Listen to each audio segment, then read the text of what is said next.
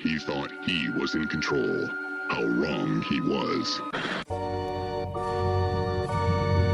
Come to the dark side driving. It's the dark side driving. Come to the dark side driving. It's the dark side driving movie club. From the deepest corner of the darkest universe, two brave hosts battle through nameless hordes of ghoulish monsters most foul, all to bring you the eternal glory of the Dark Side Drive-In.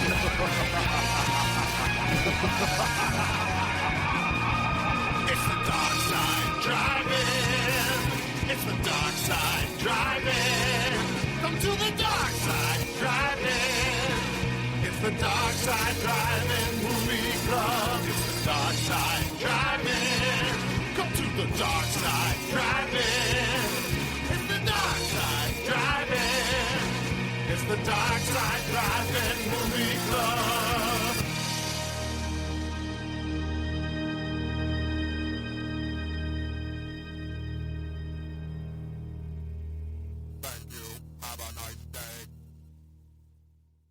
Hey, what's up? It's Shane with Dynamis Media, and I'm joined here with Stefan.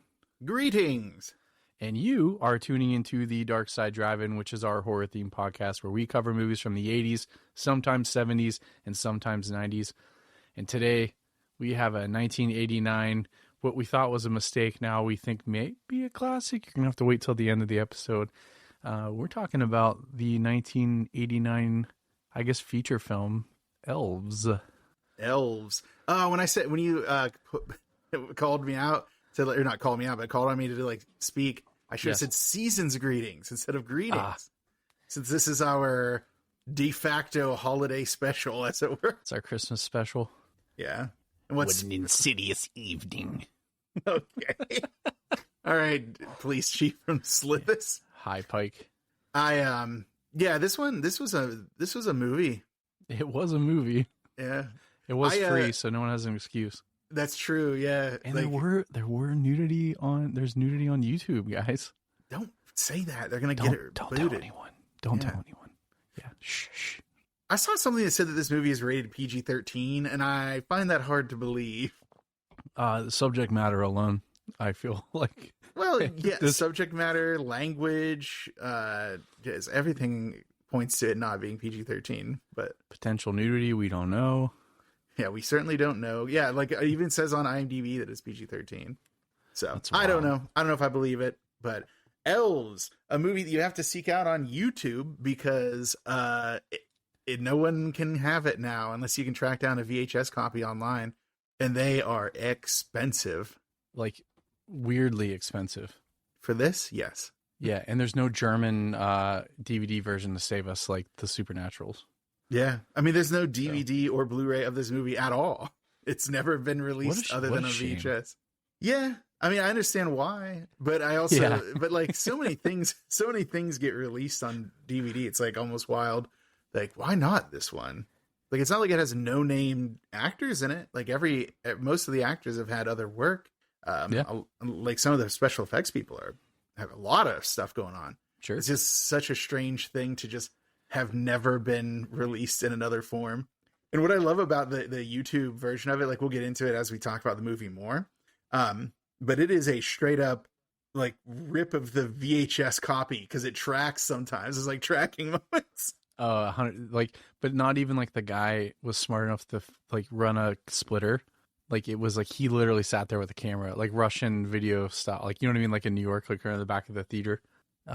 I 100% think he captured his screen with a video camera. You don't think he used one of those? I thought he used like one of those old, like, I don't know, dude. It's so bad. The way it looks to me is it looks like he might have used one of those old, like, VHS DVD burner things and then did a rip of the DVD. So we're like looking at like a photocopy of a photocopy. Sure. Like, yeah, we're looking at like a couple of layers down, you know, what they in the Michael Crichton book timeline call transcription errors. What? Michael Crichton? To everyone who read Timeline, all three of you. Yeah, all do they stamp all his books with New York Times bestseller, right? I'm pretty sure.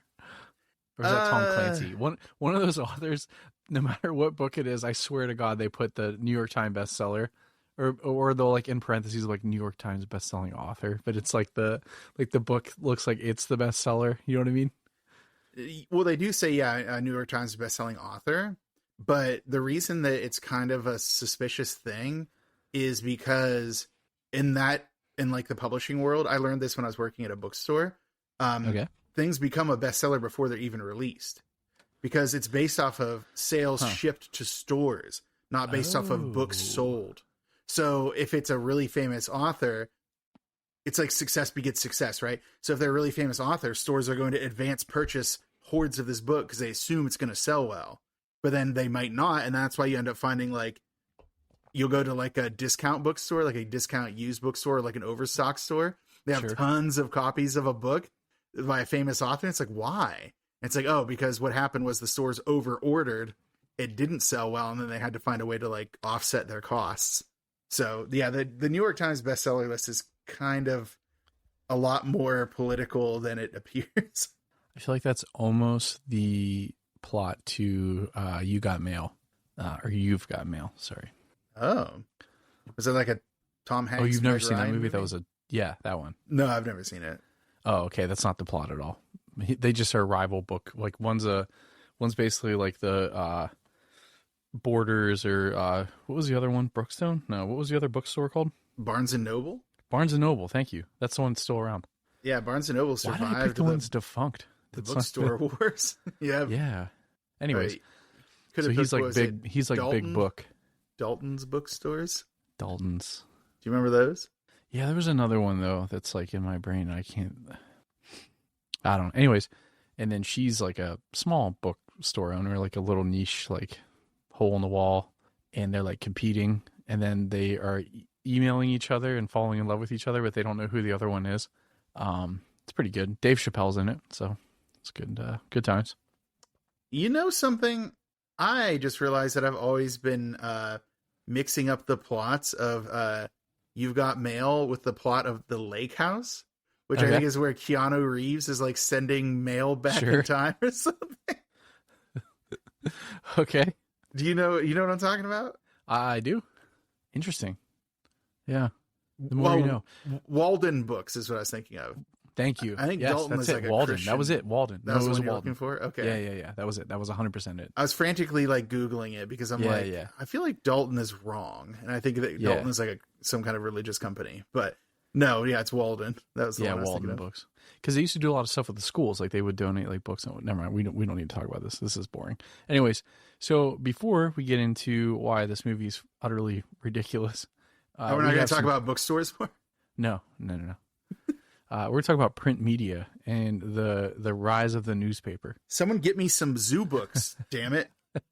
Dude, remember those I Spy books? Yes. I think, are those the ones where you look for stuff in them? Yeah.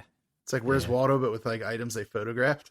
Yeah, pretty much. Well, that's all practical effects. They would make those scenes, which is cool as hell. Oh, wow. Can you imagine having that job? That's so cool. I don't know. It seems tedious to me, but then again, what job isn't? Oh, hey-o. Anyways, so before we talk about Elves, 1989 Elves, not 2018 Elves. There is a more recent Elves that you can find. Is. Yeah, don't mistake it for the more recent Elves. This one's better, I think. Maybe. I don't know. So it's not better than Elf. Sorry, something popped in my head I texted you about, and because I found them on the same day. And there's a movie I won't say it on here. There's a movie I want to do so bad. It's a horror short, and Stefan's really against it. Yeah, I'm against it because you won't even say the title here.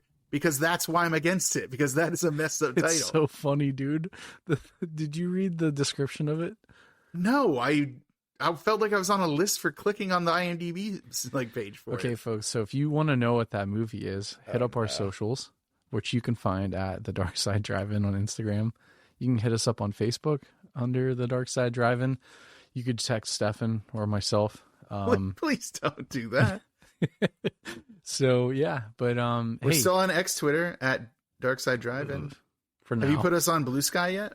No, but we're on Slasher. Is that what that is? Oh, are we? I couldn't find us. I'm on Slasher as well. Yeah, we're on Slasher. So I get tons of friend requests there. I think people just friend everybody on there.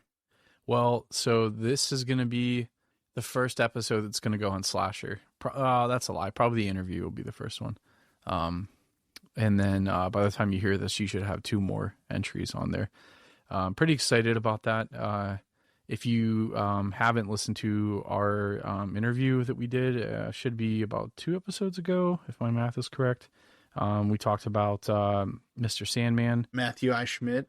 Yep. And it was written, directed by Matthew Schmidt, or Matt Schmidt. It was awesome. We had a great time with him. Super cool guy. The film was actually really good. I enjoyed it. I've seen it like 3 times. So definitely give that a look. We'll be posting stuff on socials, all that fun stuff. So, but hey, I know you thought you could get away, but there's no escaping the creepy questionnaire. This isn't the one I want to escape. I'm fine with this one. There is no escaping. Oh, continue, please. We should bring Fritz back sometime. Oh yeah, bring back Fritz. Why not? No escaping. Anyways, I found some good. That would be a good Sleazer Slash one, wouldn't it?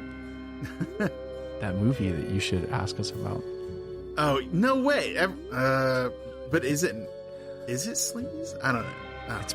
I mean, it could be. It's both. I think. Yeah, stuff can be 2 things. I mean, the title would definitely lend itself to sleaze, but the subject matter might be slash. I don't know. The still images alone, dude, worth every 5 minutes of your time to Google that and look at the photos.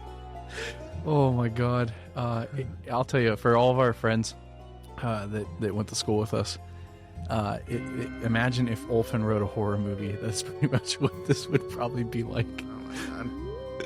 Anyways, are you just gonna say the title? I feel like we keep dancing around. No, I'm not. Like... I'm gonna make everyone come to us. No, I'm driving engagement, Stefan. This is how social media works. Is this how it works? Yeah. So last time on the creepy questionnaire, we tried to stump the man, the myth, the legend, Stefan himself with the question: what was the name of the ship in Alien? The Nostromo. Aliens. Sorry, it was the second one. Aliens. No, it wasn't. It was the first one. It was Alien. Okay. It was Alien. Yeah. And you said the Nostromo. And you were correct. I don't even think we edited that out. So I don't think we did. No. But yeah, because you said the same thing. It's like, oh, was it Alien or Aliens? I'm like, well, I hope it was Alien, because that was the name of the ship that I said, and it was. Yep. Cool. Well, I think this one. I think you'll get it. I don't know. This one's off the dome, or like you said, under the dome. Stephen King's Under the Dome. Yeah. So okay, Stefan.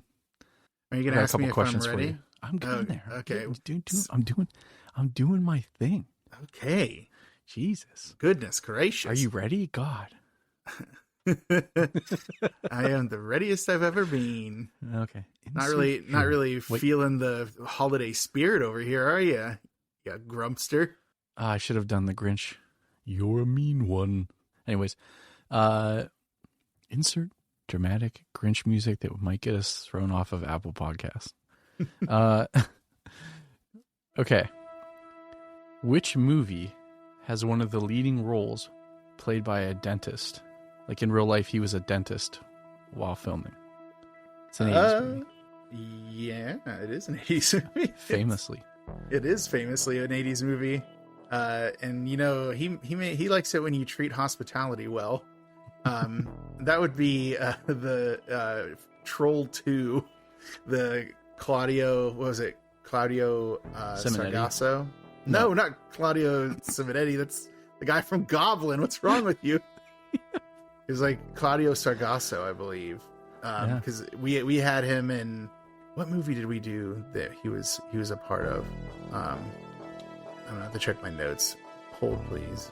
I guess we only did one Italian movie, so it must be Rats. Oh, Claudio Fragasso. Fragasso, yeah. From Rats Night of Terror. Rats Night of Terror. There we go. That's a lot of rats. That's a lot of rats. Yeah, so, but no, like, there was that documentary. Yeah. What was it? Best Worst Movie, I think was the name of it. It was like on Netflix back in the day. at the same time that Troll 2 was on Netflix. It was like the perfect time to be alive. It was like 2012. Yep. You know, maybe a little bit before, May 2011, you know, before like all these other streaming services came and started partitioning out everything. So now it's almost impossible to get access to multiple things across multiple platforms. Yep. But yeah, there's like that documentary was talking about him and how excited he was that people were responding to this movie and everything. It's a very fun documentary if you can find it anywhere. Best worst movie. I mean, I imagine it has to be streaming somewhere, right? Ugh, who knows, man? Yeah, Troll 2 is on Tubi, I believe.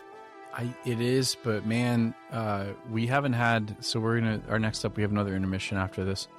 We haven't done a 2 obituaries recently, and my God, the calling has begun. There are some bangers that are leaving, so definitely get over to Tubi, check out what's leaving, and definitely watch those, because you'll never get to watch it again, apparently, because that's what happens now with Tubi. They just put something on for a week and take it off. So yeah, you're talking about what happened with our poor Blob. Yeah, dude, that was crazy. Episode even came out, because the original was gone. It was on there and then gone, but they didn't have that. They didn't have it listed as leaving, and then they just took it off. Yeah, it was just gone one day. Probably an intern. Probably. Poor underpaid, overworked intern. Okay, so according to this thing, what I'm reading is Best Worst Movie is available on Freevee, Amazon Prime, and Tubi. And Troll 2 is also on Tubi, but then Troll 2 is only on Prime through MGM Plus?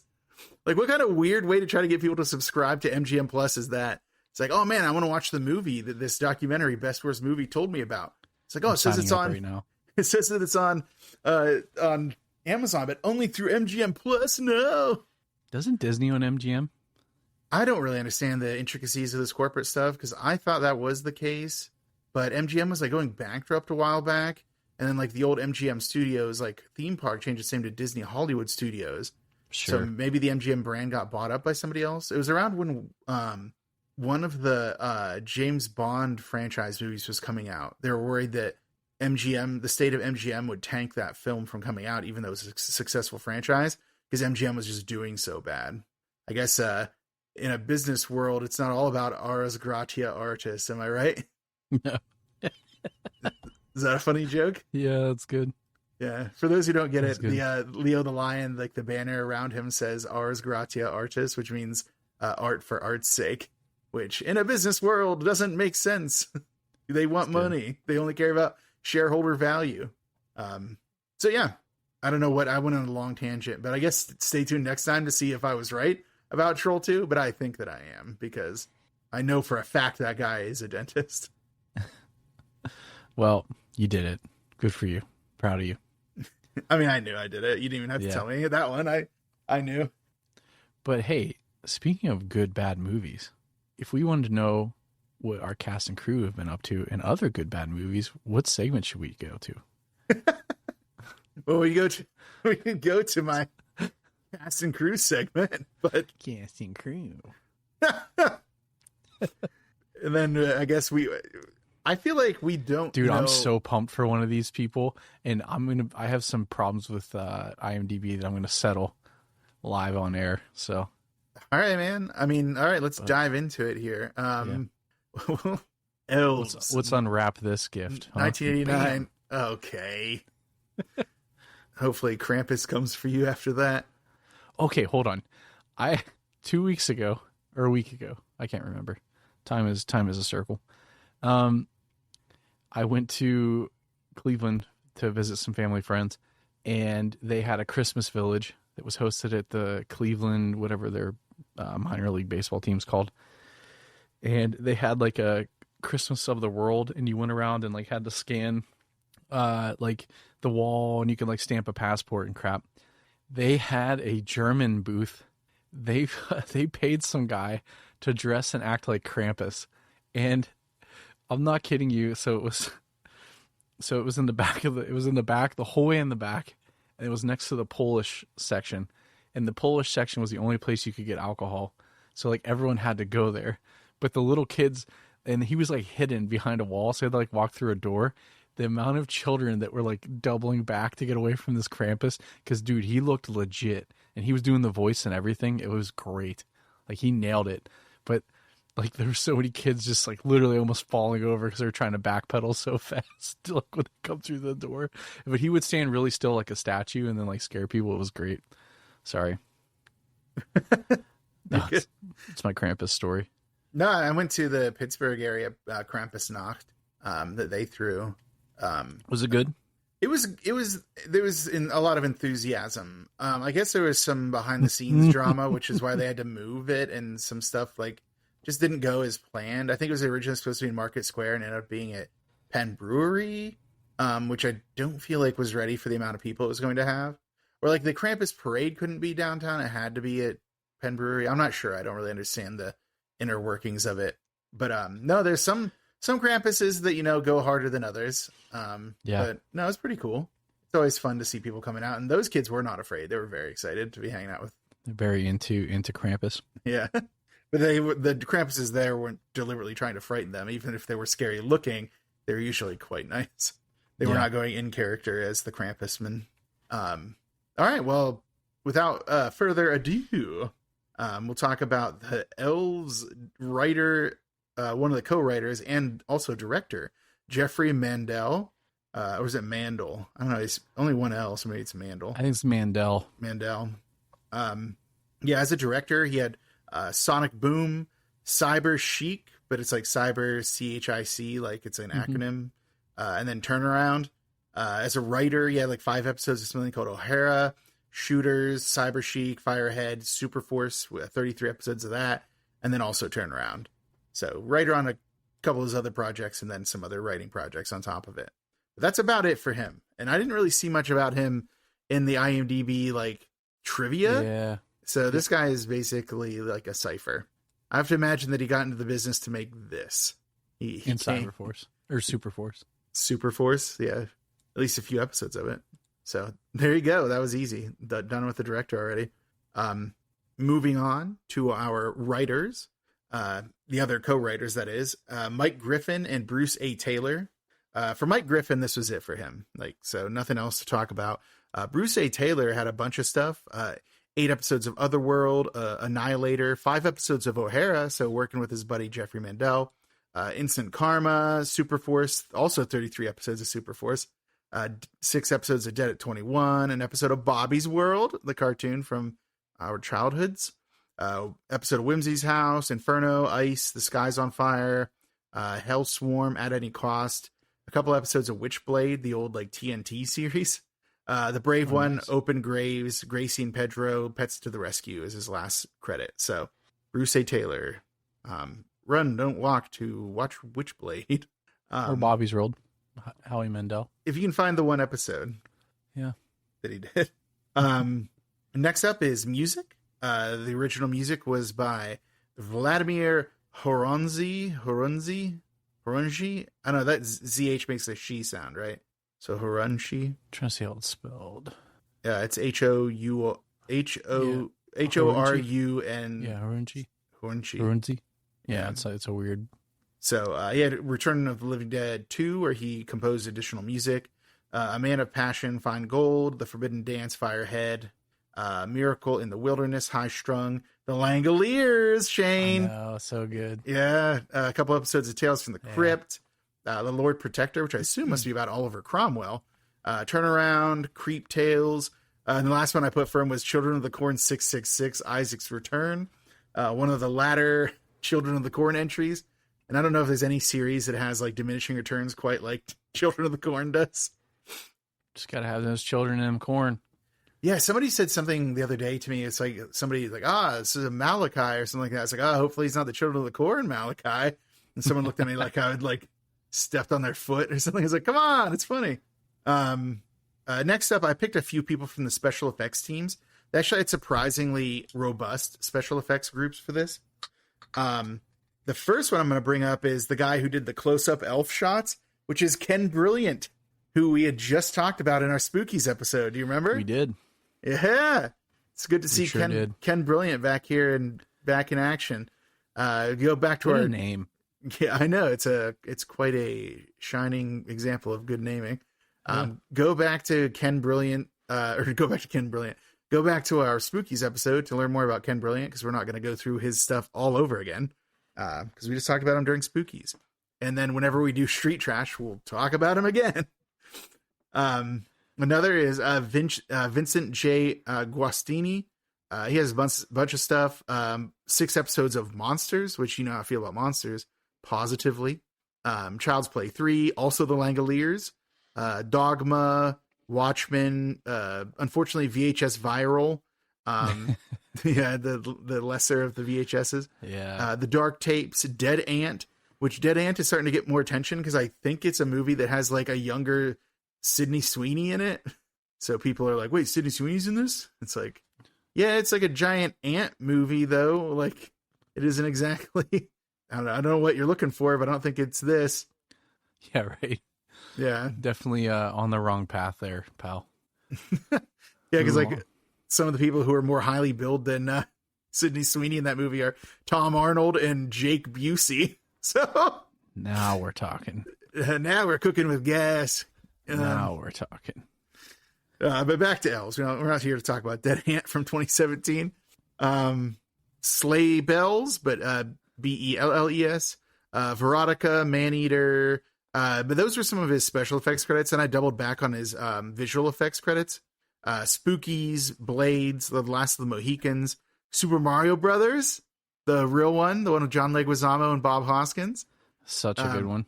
Thinner, Doom, Flags of Our Fathers, and Letters from Iwo Jima. Was it true he was supposed to be Wolverine? Like they were going to cast him as Wolverine? Who? Bob Hoskins. What? No, I'm like pretty sure that's real. That's impossible. That's not true. I'm that's like 43.7% sure that's real. Bob Hoskins? I'm telling you, back in the day, drunk he was detective like the drunk detective from Who Framed Roger Rabbit. Pretty much. I mean, I love Bob Hoskins, but I feel like that'd be a miscast. But maybe, I don't know. Where was I? Here's a trifecta of terrible movies for him. Unfortunately, I Am Legend, The Thing remake / prequel, and then World War Z. So all 3 terrible versions of what they're supposed to be of. I Am Legend and World War Z being terrible adaptations of really good books, and then The Thing remake prequel thing, which is a terrible way to do The Thing because it wasn't done with practical effects, so everything looks like it's a bad cutscene. That's fair. But then he redeems himself with the next one, The Taking of Deborah Logan. Oh my god. We watched that together, man. Dude, talk about a movie. Yeah. And then last one I had was like a Tubi original called Dante's Hotel. So there you go with Vincent J. Guastini. Then another one I want to talk about was Tim Durneck. Just a couple of things for him. The Shining miniseries, Spider-Man 1, 2, and 3, the Sam Raimi ones. Minority Report, The League of Extraordinary Gentlemen, Elf, but the one with the other one, that's the Will Ferrell one. Yeah, the one that actually has. It's really funny. So I'm going to talk about this as we go. It could be the sequel, by the way. It can't. But, okay, let's get into that. Let's unpack that. But it's funny. This one's called Elves, but it only has one elf, and that one's called Elf, but it actually has a village. It has many elves that feature in it. You know what they say? It takes a village. It does, yeah. To raise a Will Ferrell who can't function in society. Yeah. Constantine, Apocalypto, Live Free or Die Hard, the only Die Hard movie I haven't seen. Dragon Wars D-War. Do you remember that one? Like it was like this really high budget Korean movie that they like put a lot of marketing into and didn't end up being very good. The Dark Knight, and then Kong Skull Island. So that's it for Tim Durneck. I mean, he has other stuff. All of these guys actually, well, not, all of these guys, all of these special effects guys, they have a ton of credits. I couldn't go into everything, so I just picked and chose. But yeah, that was all I had for the crew. If there's anyone that you wanted to hit before I get into the cast. No, I think you got everyone. Again, check out, was it Ken Brilliant, on the Ghoulies episode, or Ghoulies Jesus. Man, you made that mistake. Yeah, you've been making that mistake for a while now. Why? That's like you and the 967 evil. Anyways. That wasn't my fault. Spookies. Yeah, Spookies. Yeah. All right, well then onward to the cast. We'll start with our top build guy, who isn't really the main character, but he's top build. Mike McGavin is played by Dan Haggerty. Our heroic drunk department store Santa / former detective. Okay. Muscle Beach Party, Easy Rider. Here's one that makes sense: The Life and Times of Grizzly Adams. Okay. When the North Wind Blows, The Adventures of Frontier Fremont, The Cassandra Crossing. Then there is what? Oh no, there's another Grizzly Adams one. Oh, The Life and Times of Grizzly Adams, the TV show. There's like 4 of them. He had 37 episodes on that. Yep. Terror Out of the Sky, Americana, Legend of the Wild, The Capture of Grizzly Adams. You get the idea of what kind of guy he is. He must look like with all this. Abducted, Terror Night, Danger USA, Deadly Diamonds, The Magic Voyage, which was like a animated depiction of like Christopher Columbus's journey to the United States, or I guess to like what the Caribbean. He didn't really get to the United States, but his journey to the Western Hemisphere. Fortunately, it's a children's movie, so it doesn't depict all the genociding he did. Grizzly Mountain, The Christmas Light, Father of Frost, Puss in Boots, but not that one, not the Antonio Banderas one. Escape to Grizzly Mountain, and then the last 2 I had were Axe Giant, The Wrath of Paul Bunyan, and then 40 Nights, which he plays a character named Yahweh, which is like the old Hebrew name for God. I'm like, who's he playing in this? He's playing Yahweh. Oh no. So this is my big, like, I don't know, gripe about IMDb for this one here. So when you go to Known For, which is supposed to put their like top 4, like best things that you could find them in, number 1 is Big Stan, with Rob Schneider. Absolutely not. Number 2 is Elves. Number 3 is Abducted. And number 4, Abducted 2, The Reunion, which seems to be like a weird title. Like, it's like, hey, we kidnapped you to bring you back to the family reunion. It's kind of weird. But, like, everybody knows this guy from Grizzly Adams. Like, he's Grizzly Adams in so many things. They even made knockoff Grizzly Adams movie and cast him in it as another guy named Jeremiah. Like, it's called Grizzly Mountain. Like, you know what I mean? Yes. Like, so I'm just whatever. But yeah, if you are watching this movie, you're like, oh, God, I know this guy from somewhere. It's Grizzly Adams. It's 1,000,000%. It's Grizzly Adams. It's not Abducted. It's not Abducted 2, the weird like kidnap reunion thing.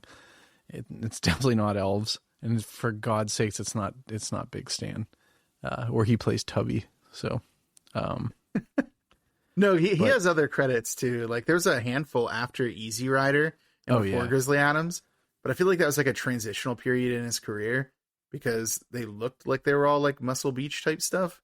So I didn't choose to dive into that was those. his like shtick. He was like he actually was a stunt man. And when they cast him in Easy Rider, he helped build some of the motorcycles. He was like a hippie, like in California. He just was kind of like hanging out. So like pretty cool guy, I guess. But yeah, so a lot of the bikes in Easy Rider he helped actually put together. So I don't know. I just thought it was, why didn't they put Easy Rider in his top 4? But he's not like a main character in Easy Rider, I don't think. But it is a pretty big movie. I don't know. Yeah, right. So it's just it is baffling though for him not to be like Grizzly Adams on there. Like that's what he's known for. Like yes. Yeah. That's hilarious. And you're like, I'm watching this the first time, and it was again. We'll get into maybe we can talk about it now. Watch this at night in a dark room because you're not going to be able to see what the hell is happening through most of it. And like the voice, I'm like, God, I know this voice from somewhere. And then it finally gets to where you get a clear shot of him. You see him. I'm like, holy shit, it's Grizzly Adams. I was so excited. Yeah, it is hard to see him when he first appears in the movie. I guess, I don't know. We should have done a content warning up front about all the messed up stuff in this movie. We didn't know. No, but we should have done it up front of this episode. But it's all bad. I'll do it before we get to the plot description. Do you want to pick a trigger warning? This movie has it. No, man. Gross. But, okay. But moving on. Oh, other than, how can he play Yahweh, though? Isn't Yahweh the form of, like, the Old Testament version of God where he, didn't have form? And Adonai was the one that had form, physical form? I don't know. Maybe I'm wrong. It's been a long time since I've taken a religion class in college. Moving on from Grizzly Adams, moving away from him, onward to Kirsten, as played by Julie Austin. Not a ton of credits here. She's in Fatal Exposure, Twisted Justice, Night of the Wilding, Smooth Talker, Super Force. She's in an episode of that. And then Extreme Justice. And that's about it for her. She doesn't even have a picture on IMDb, which is does not interesting. Seems like a choice. Yeah, it's like, did I miss anything? Nope, that's everything. There you go. She's our actual main character. She doesn't have top billing because she's not Grizzly Adams. And next up is Kirsten's mother, as played by Deanna Lund. She has a ton of credits, but not a lot of stuff that I recognize. So I just kind of, grabbed a few at random. Dr. Goldfoot and the Bikini Machine, Paradise Hawaiian Style, Out of Sight, Johnny Tiger, Sting of Death, a couple episodes of the Batman 60s series, Tony Rome, Hanging by a Thread, Hardly Workin', Hammerhead, Witch Story, Transylvania Twist, Red Wind, Roots of Evil, Obsessed, Extreme Honor, Boned, and Fox David was her last credit. Was there anything on her list that I missed that you thought was like something? Okay. She's most known for Land of the Giants. Okay, I don't know what that even is. That's a really famous TV show from the late 60s. If you clicked on it and looked through some of the photos, you would probably recognize this show. Again, known for her top billing is Elves. Like, no. People need to stop putting Elves as their... I'm thinking, is this from people just searching movies? And that's like how they're like, everyone's looking at Elves right now. Or like we're driving traffic so much to Elves by us clicking on and looking through the people that they're like, this is what they're famous for. Oh no, we're manipulating the algorithm. I would have to think you know what?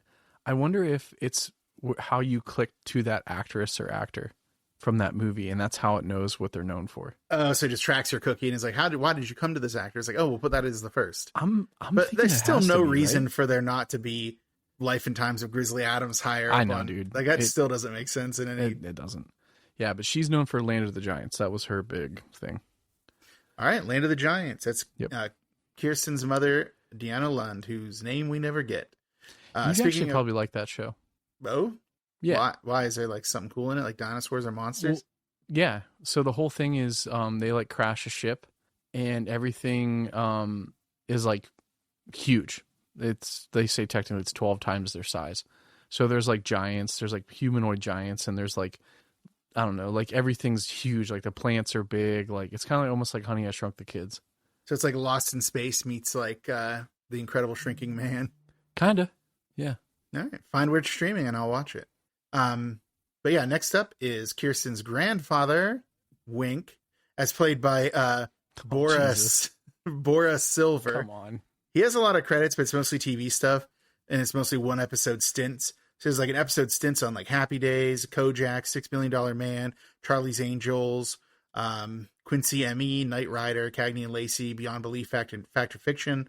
The only two features that really stood out to me is something he started in was The Gambler and Escape from New York. So he might know when to hold them and when to fold them. Oh no. Does he know when to walk away? Well, he might know when to run since he's in Escape from New York. Oh, damn. There you go. Got him in one. Well, I guess two, but I need to set myself up to get the one. The old alley-oop from The Gambler. But there you go. Boris Silver, the wheelchair-bound former Nazi grandfather. Next up is... Spoilers, jeez. Ooh, jeepers. Next up is Willie, a character whose name I didn't know until the end of the movie. When his sister finally says his name. Yes. Willie, the little brother, is played by Christopher Graham. My Friend Tony is an episode of that, and that's it. So there you go, quick and easy. So next up, we'll go to Wait. There's no way. That's wrong. There's absolutely no way he played in that. He was not in My Friend Tony. He wasn't? Look at the date on that. 1969. There's no way he was My Friend Tony. Oh yeah, he wouldn't have been born yet. That's weird. That's so weird. That's probably one of those IMDb got their lines crossed things. It happens from time to time, where they credit people with things they're not in.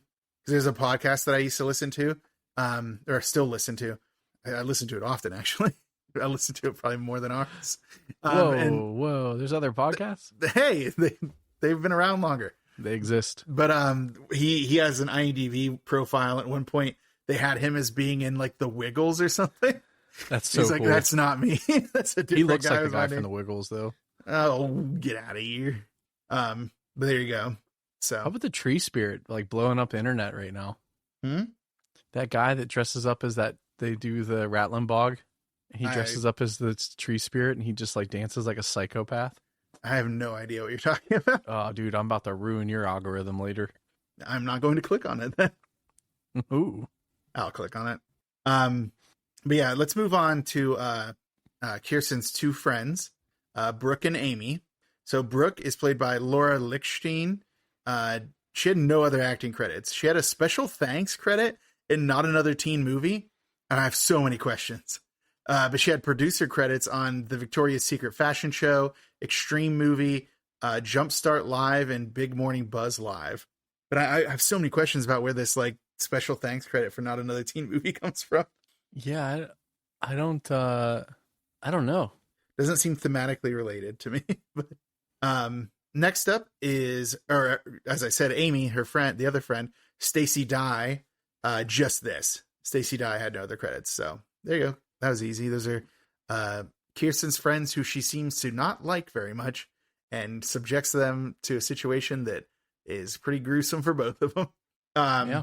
Next up is a character that is credited, I think, as Ruben Kreutz, but we never get his name, but I think this guy is supposed to be the head of the pursuing bad guys, right?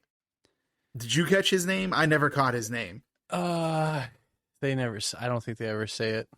I think that at one point the grandpa does, but the auto quality dipped at that point, and it was really hard to tell what he's saying. But I thought he sneezed. He's high.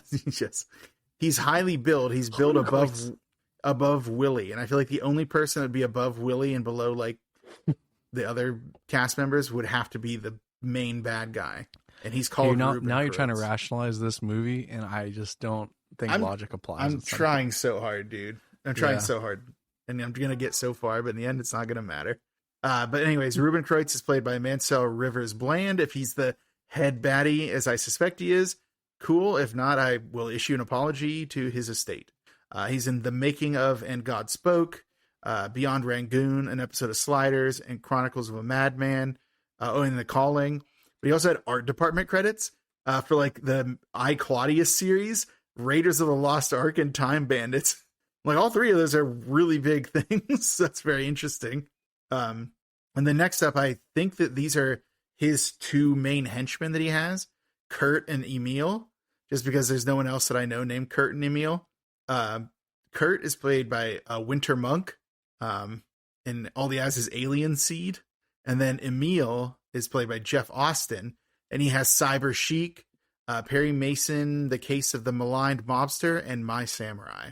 So I'm thinking based on how they looked in the descriptions, Emil's the giant one, and Kurt is the one that has like a ponytail. I think Shaver's the giant one. I thought Shaver was the detective. I don't know, dude. When you look at that Ken Carpenter guy, he looks just like that giant German that got killed. Man, I have no idea. But did Ruben Kreutz have three? Like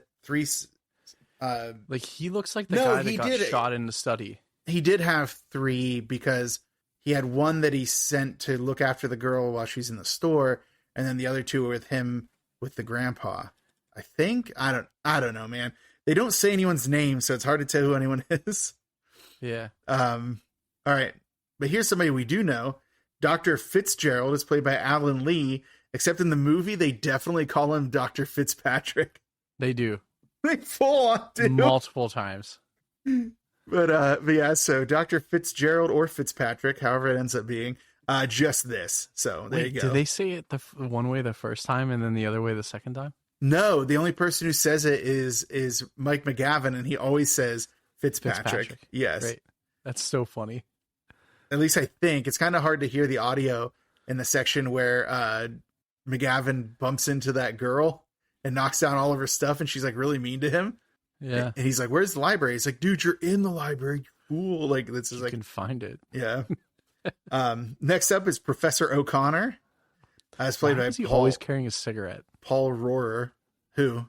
Mike McGavin. Because what he does, he smokes. He smokes everywhere he goes. And then he goes to places that are like non-smoking, and they say it's no smoking here. He's like, sorry about that. I feel like you and I have at least 4 relatives that are that person. It will smoke in a non-smoking place. No, just the Mike McGavin kind of character, the barrel-chested. Oh yeah, like, roughneck, like woodsman. Yeah, there's definitely a couple out there. So, but yeah, back to Professor O'Connor, is played by Paul Rohrer. Also, Cyber Chic, Silver City, Little Bear and the Master, Cougar Hunting, Out West, Auto Shop of Horrors, and then his last credit was Stadium Anthems. Not a lot of stuff, but at least some stuff. Moving on to probably one of the most insensitive characters in the movie after Kirsten's mother, Hugh Reed, as played by Michael Tatlock. Hugh being the manager of the department store where many people are murdered. He had an episode of Entourage, an episode of The Newsroom, in between Exonerated and Divine Appointment. And that's about it for him. Wait, did we skip Ken Carpenter? Or is he next? So that's the thing. I didn't put Ken Carpenter down because I don't know who his character is. So I thought that Sergeant DeSoto, as played by Michael Hurst, was the cop, the main detective that's always investigating, but they never say his name. Yeah. But looking at his picture, though, it looked like he might have been the cop because the cop was kind of tall, but like so is the other guy. I don't know, man. But look at the older pictures of him. Like here's one of him in a Hardball guest appearance. He looks more like the cop, like in Spirit of the Eagle. I'm gonna tell you, you picked the craziest one to skip because I'll go through his credits. I have it up right here. So go for it. Phantom of Paradise, Other Side of Midnight, The Lindbergh Kidnapping Case, which is funny, a TV movie. Elves, Hardball, Blood Games, Spirit of the Eagle, Soldier's Fortune. Now here, hold on, we're getting good now. Hold on. Hellraiser 3, Hell on Earth, Deadly Exposure, Lost in Africa, Tammy and the T-Rex, The Terror at Big Bear Lake Thrillology, and Bad Fish. So, okay, so he's most known for Bad Fish, which just came out. Looking at him around the time this came out, which would be his 1990 appearance in Hardball. Yeah, he looks like the cop. He doesn't look like the giant. The giant had dark hair. The cop had white hair and white facial hair. So I think he is the cop. I think Shaver is. I think you're right. Yeah, the cop investigating it. Bing pot. We got it, guys. Too bad the audio was weird. The video quality couldn't allow us to determine who the characters were. Well, it would help if they had pictures on IMDb, Shane, which they don't. Well, he if I does. was in Elves, I'd put my picture everywhere. He does, but the other guys like Kurt and Emil don't. But I still think Emil was the giant and Kurt was the other guy with like the ponytail. So, I believe you. Yeah. So I don't know who Sergeant DeSoto is then, as played by Michael Hurst. Apparently another there were cop. a couple cops. There were a couple cops around, yeah.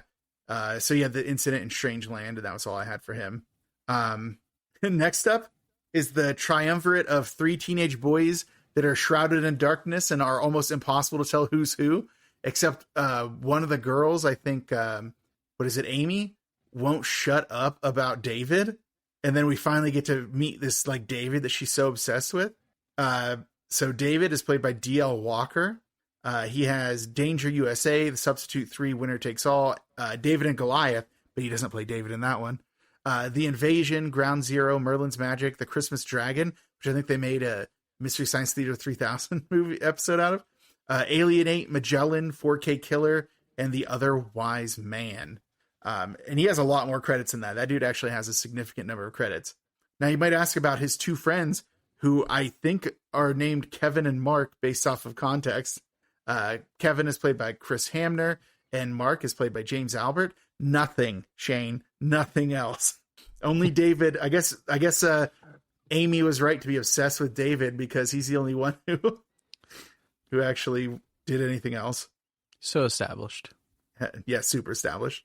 And I guess died off screen based off of context later. And then, all right, finally, we're moving on to Dead Santa, as played by Douglas K. Grimm, which is the Santa that gets murdered. Although we later learn his name is Eddie because Mike McGavin says his name to his like bloodstain Eddie or something like that, right? Or Goodnight Eddie. Or he's like, I see you later, Eddie. And it's like, oh, so like the guy was named Eddie, but they were friends. I feel like Mike McGavin might have just been ad-libbing names and they didn't bother to correct him because he's probably had the most star power out of everyone here. So when it's like, oh, actually, that guy's name is Fitzgerald. It's like, it's Fitzpatrick now. We're moving on. Like, he's like, bye, Eddie. It's like, his name's Dead Santa. It's like, I don't care. They let me keep the bear from the show. You know what, though? That doesn't do his voice. He has such a calming timbre. Like, no, he actually has like a really soothing way of talking. So, and like, it got weird because he's like, is he going to be the love interest? Because it's getting a little weird. But then the movie's like, well, we can make it weirder. Yeah, I will give the movie credit for that, though. Like, in a worse version of a movie, it might have ended up with him being the love interest of like this girl who's like definitely still in high school. But instead, he took on more of a fatherly role, which is nice and also appropriate for like the theme of the movie, because her father figure isn't so good. Her Faja? Oh, by the way, Dead Santa, Douglas K. Grimm did have a couple other credits. Alien Seed, Cyber Chic, and Laser Moon. So Alien Seed and Cyber Chic keep showing up. I'm kind of curious about those, what those are all about. So maybe one day I'll look into them. Not anytime soon. I definitely need a breather from everyone involved in this movie. All right. By the way, there's so many more people credited. Yeah, but I don't know if you want to go through any of them. Most of them don't have other credits, but a couple of them might have a couple. Like, just like looking at the list, like on IMDb, the number of people credited here, you know, I ended at Dead Santa. You have Wino is played by Bob Holland, Salesgirl 1, Lisa Crisp, Salesgirl 2, Kami Pinati, Girl on Santa's Lap, Sarah Serby, Kenneth Graham is the boy on Santa's lap, Santa's Pretty Helper, Jody Blunt, then Bell Ringer, Librarian, Bitchy Coed, O'Connor's Wife, O'Connor's Daughter Number 1, O'Connor's Daughter Number 2, Rosa. See, there's so many people. Amy Under Wraps. Who's Amy Under Wraps? What is that? There's so many other people. A couple of detectives, a mall cop. So I don't even know who the Bitchy Coed is. I don't either. I was assuming it was the friend. No, her friends are named. Her friends are Brooke and Amy. And I wonder which one. No. It's the library girl. Oh, that's right. That's the Bitchy Coed. Yeah. Okay. There you go. We're putting it together. They also credit somebody as the librarian, who I think just walks around in the background. I don't think she even speaks. But she has credit above Bitchy Coed. And Bitchy Coed is also in Cyber Chic, Laser Moon, and something called Fantasyland. Did everyone just keep working on the same 3 movies in this? So Laser Moon sounded so interesting to me. And it's a wild movie. The IMDb description is: a radio DJ helps 2 police detectives hunt down a serial killer who kills women using a surgical laser instrument during every full moon, and who makes taunting phone calls to the radio station. So this guy only strikes like once every, I don't know, like every 29 day or whatever. But so the funny thing is, on the DVD cover, it's Tracy Lords in Laser Moon, a beautiful cop, a psychosexual maniac, a lethal game of cat and mouse. And then the cover is her like standing in this weird like pose with holding her badge. Instead, it looks like she was originally holding a gun, and they photoshopped it. And then some dude in a ski mask. It's the fucking dumbest like early 90s. It's like the Unsolved Mysteries like level quality of stuff, but it's on DVD. So, yeah. And yet Elves isn't. What kind of world do we live in? A terrible one. So before we move on to the plot description, there are a couple of content warnings about the story of this movie. It's like, it's a horror movie, so it's not exactly like G-rated. Yeah, and Nazis aren't the worst one. So first of all, Nazis, uncool. Elves. Yeah, elves. Well, okay, let's not get into that. But so we have Nazis, obviously crazy, bad ideology. Then we have a subplot about inbreeding. So not exactly the stuff of an after-school special. It's pretty messed up. And then there is the murder of a beloved pet that takes place early in this movie, like too early, in my opinion. Like, give us some time to warm up to that. It's in the service of the story, and obviously they didn't actually kill an animal, but just heads up, I'm gonna blast through that as quickly as I can, but it is going to come up at some point. It's a plot point. So, okay, did I cover it? Nazis, inbreeding, and pet murder? And assault, I guess. Yeah, there's the implication of, yeah. I mean, it happened. Oh, yeah, I mean, it did happen. They don't show it, but yeah. They don't show it, but there is an element of the plot that revolves around I have some assault. questions. A big one we missed. They say they do a hard F. Oh, they do a hard F, yeah, but that's kind of that's like an aside. But they do drop a hard F. Something that I guess was acceptable in the 80s isn't acceptable now. Unless you're on Twitter, ex-Twitter, in which case people be dropping slurs like wild. Have you been on there yet? Or lately?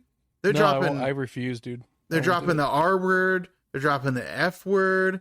It's like, is this what freedom of speech means to you? Is being able to just use hurtful slurs? Is that what? Apparently, that's what makes it free. Like, just shows a total bankruptcy of creativity in terms of ideas and hard hitting language. You have to like lean on the hurtful legacy of a word in order to give your own words some impact. That's ridiculous. Yeah. And I feel like in like back in our day, we had like interesting insults like butt liquor. I'm not going to say what I was going to say because your mom listens, so never mind. But we had better ones. You're just going to leave it at butt liquor and just call it a day? Yeah. All right. Yeah, because there's some good ones. What, turd burglar? No, some good ones. If you want to know, reach out to us on Instagram. Stop asking people to reach out to you to get more information about things you don't want to say on air. Have the courage of your convictions or don't bring it up. All right, Handjob Cabin. That's the name of the movie. Why would you say it? I was taking a drink. I'm leaving that in. I had to mute myself. Oh, you psycho. Why would you do that?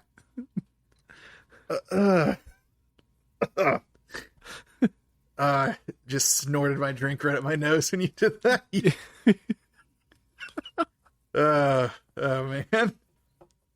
The photos of how so I don't want to talk about this movie. Okay. It isn't porn. We'll just leave it at that. It's like a joke. It's like a bit, right? Is how you described it to me based on what you were reading on the IMDb for it. Yeah. Anyways. Yeah, moving on. That out of the way. Moving on to that wasn't the thing I was expecting you to say. I thought you were just going to say the insult you're thinking of. I know. I had you going there. Yeah, you got me. No one can say you didn't. All right. No one's driving during the segment, so. All right, moving on to the plot description. Music, probably Christmas music. All right. Oh man, my text is way too small. All right. Elves. We open to some playful piano music with some toys dancing around. There's also somewhat oboe in there. I think I was hearing a little bit of oboe. We get a ballerina from a music box, then a dancing Santa, and then a snow globe. But then suddenly a bulb drops from the tree and breaks, and we get elves on the screen. Wasn't the VHS box art too as like a broken bulb? See, I feel like it's like yeah. Well, there's two. There are? Yeah, because there's the elf coming out of the present. Oh yeah, it is coming out of the present. Why did I think it was a broken bulb? It was on the back there cover. is one where I think you're thinking of Silent Night, Deadly Night Part 2. Where the bulb is that with the gun and like the bulbs on the ground. Yeah, you're right. Because this one is just an elf breaking out of a present. But it did have another box art. Let me look really fast. It's just the elves doing weird elf. Well, it's just the elf. Yeah. But there are bulbs. There's a broken bulb on the ground. No luck catching those elves then. It's only the one elf actually. All right, whatever. Elves is on the screen. Cut to exterior night shot. Really hard to see on the VHS rip that we're watching on YouTube. Yeah. We have some oboe music, some string plucking that suggests some playfulness. The camera pans down to 3 teenage girls. You can't really tell who they are, except you can tell Kirsten is the ringleader. She has her friends Brooke and Amy. Super hard to tell who is there because of the darkness and the quality of the rip. Again, Kirsten being the ringleader. She led them into this forest in order to be close to Mother Earth so they can perform some kind of ritual for their group called the Sisters of Anti-Christmas. They're upset about different things. I guess Amy's upset about the boy she likes, Dave. But Kirsten tells her to set her sights higher because they are girls, and she says girls are the master race. Like, I guess this master race thing is in the DNA after all. Yeah. Then Kirsten also points to an image that she drew in a sketchbook she has. No, it's not in the sketchbook. It's in a book that belonged to her grandfather. She's drew what she called the Virgin of Anti-Christmas, which is apparently a woman that she dreamed about. And I guess it's like a topless woman because she says, I made her Art Deco boobs or something. But it's like some woman that she dreamed. This is going to be important later. So that's why we have to bring it up. Extremely important. And then she also Kirsten remarks that her grandfather told them never to come out here.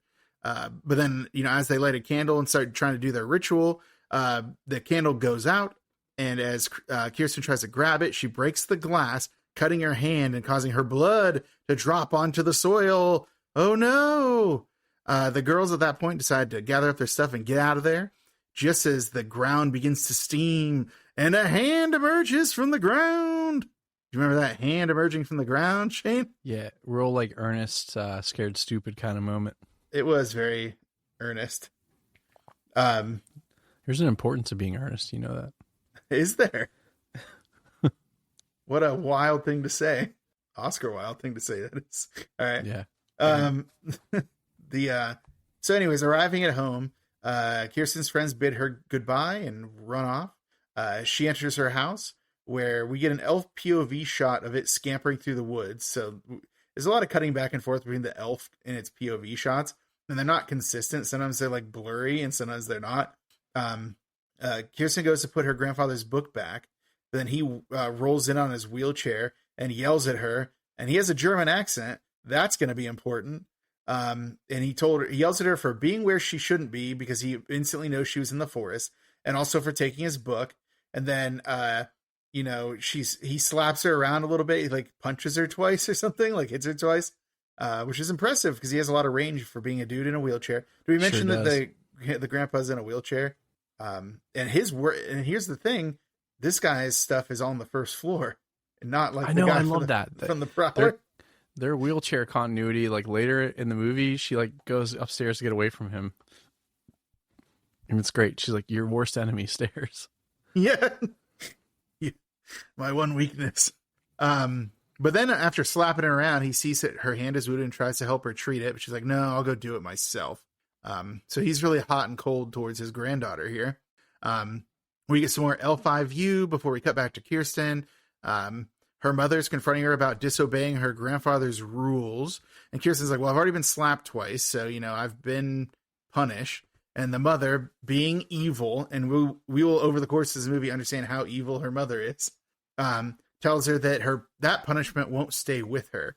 Instead, she's going to confiscate her savings account and take all her money away from her job, which feels like a crime. I guess she's a minor, so it's allowed. Parents out there, don't steal your kids' money. That's messed up. And I was like, man, this is excessive. This is a really mean mom. Oh no, so much more is going to happen. So after that, we get probably one of the more disturbing early scenes where Kirsten is, taking a shower, and she comes out, and her little brother is spying on her, Willie. And there's a really creepy exchange. I'm not going to relay what he says. It's weird. Suffice to say, he's going to try to continue his grandfather's legacy of inbreeding. Bam. And then, okay. let's just get this out of the way right now. So, because are we going to talk about the spoiler you just talked about or no? Is it a spoiler really? I mean, I guess it is. It isn't revealed till way later about the inbreeding stuff. Yeah, you keep like referring to it. We'll save it. No, let's not. I don't want the specter of inbreeding to haunt me. So yeah. So okay, here's the spoiler. If you really care about the twist of this gross movie, don't care about it and don't watch it. But anyways, the twist is that Kirsten is her grandfather's granddaughter and daughter because he did inbreeding with his daughter, her mother, to create her to be the the perfect vessel for the master race that will come from the elves. So blood purity, I guess, again, Nazi bullshit. So, but yeah, there you go. That's what it is. And like, he like justifies it a lot. It's really weird. He makes excuses for his behavior. Yeah. So she was drugged. She didn't know. It's like, she knows, man. And it's not chill. So it kind of explains her motivations. But so did he do it twice? No, because I gather that kid's dad. So it's her half brother. I gather that Willie is her half brother, and there's like stuff that hints towards that. Like his hair is dark, right? And the mother and Kirsten's hair is blonde. Solid gold. I love gold. Yes, make a hilarious Mike Myers thing during this Nazi inbreeding plot. But that sounds like a plot that he would make. But I gather, but I gather that, okay. But anyways, I gather that there was an actual, so there is a person that Kirsten thought of as her father, which is probably her mother's actual husband who's since died and is Willie's father. So she had gotten married and then that husband had died in the intervening years. Yeah. And they just, probably because Kirsten was little, they just said, we'll never tell her, or we'll tell her when she's older, or something like that. And it's possible that her father never knew that the grandfather was the father of Kirsten. Or was in on it. Yeah, maybe. I don't know. It's hard to tell because the mom seems to have a lot of antipathy towards her former husband. Yeah. But whatever. No time to worry more about this because we still have the little brother being really creepy to his sister. Then later on, they have like a really normal relationship. So I'm like, what's going on here? Like the movie doesn't seem to know what to do with this. Like if they want to make him a creep or if they want to make them have a loving relationship. In the meantime, as those two are fighting, they're actually wrestling. The elf climbs the windowsill and looks in as, Kirsten and her brother are having their physical altercation. Kirsten does win and the brother gives up because he's like pinned down. Later on, Kirsten is lying in bed and she's sad because she has no friends. I'm like, what about Brooke and Amy who followed you into the woods? It's like, I have no friends but my cat. And the cat is named Agamemnon, brother of Menelaus. And then she says something like, Agamemnon, even if you are a girl cat and you go get pregnant, just as long as you don't leave me to run away with the boy cat, that's fine. I'm like, what is happening? You don't know if your cat is a boy or girl cat? That's like pet ownership 101. Go to the vet, lady. This is a fully adult cat. You need to know what it is. Yeah. But yeah, again, she just forgets about her friends Brooke and Amy, which is going to be a common theme for her. Elsewhere in the house, later that night, a window is broken and the elf makes his way into the house. We get some difficult to follow Elf's eye view as he's moving through the house. He eventually gets to Kirsten's brother's room and he just like jumps on him, starts clawing at him. He's screaming. So Kirsten like runs in and the elf goes out the window and the mother also who, heard the ruckus is like, it must've been that cat Agamemnon who did this. And like, Willie, he's like, no, it was a ninja troll that broke in here. And the mother is like on her way to already get Agamemnon when Kirsten runs and grabs the cat and like flees to her room. Yeah, cat stands no chance. Yeah, no, exactly. Like Kirsten can't be here at all times taking care of this cat. So now the beloved pet that's going to die. And then the mother, like, no longer interested in her injured son at all. She didn't even treat his wounds. just turns off the light and leaves him there. He's like, and he just lays down. He's like, just kind of over it too. It's like not great momming over here. But yeah, so we cut to the department store where Kirsten works. For kids out there, department stores used to be stores that were huge and would sell everything, and they had different departments. They're like mini stores within a store. Department stores aren't really a thing anymore. Probably one of the funniest bits is, this is also where we get our, Mike McGavin intro. He's walking into the department store. He walks by a band that's playing a Christmas song, and it's definitely actually people holding instruments, but I don't know if they didn't have the rights or the budget, but the actual sound of that music is just a MIDI version of the Hark the Herald Angels sing. Yeah, it's like, which I'm pretty sure is public domain now, right? Yeah, I'm sure that Hark the Herald Angels sing is. I don't know why they couldn't just use audio. Maybe they were recording exteriors and they couldn't also do audio at the same time. Sure. So it's like, we'll just do it like on a MIDI keyboard.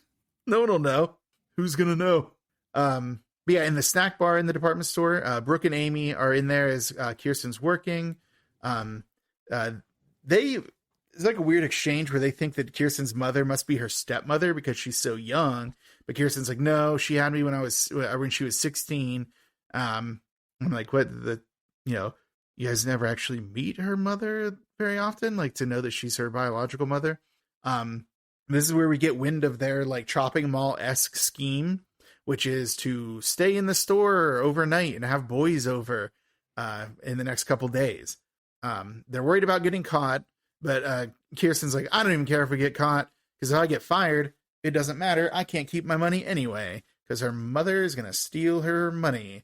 Even though, I'll tell you a secret, Shane, this is before the age of direct deposit, so they're going to give her a check, so she could just cash it and hide the cash from her mom, but neither here nor there, I guess. Don't think too much. Yeah, there's no time to think. We have elves to worry about, or elf, I guess.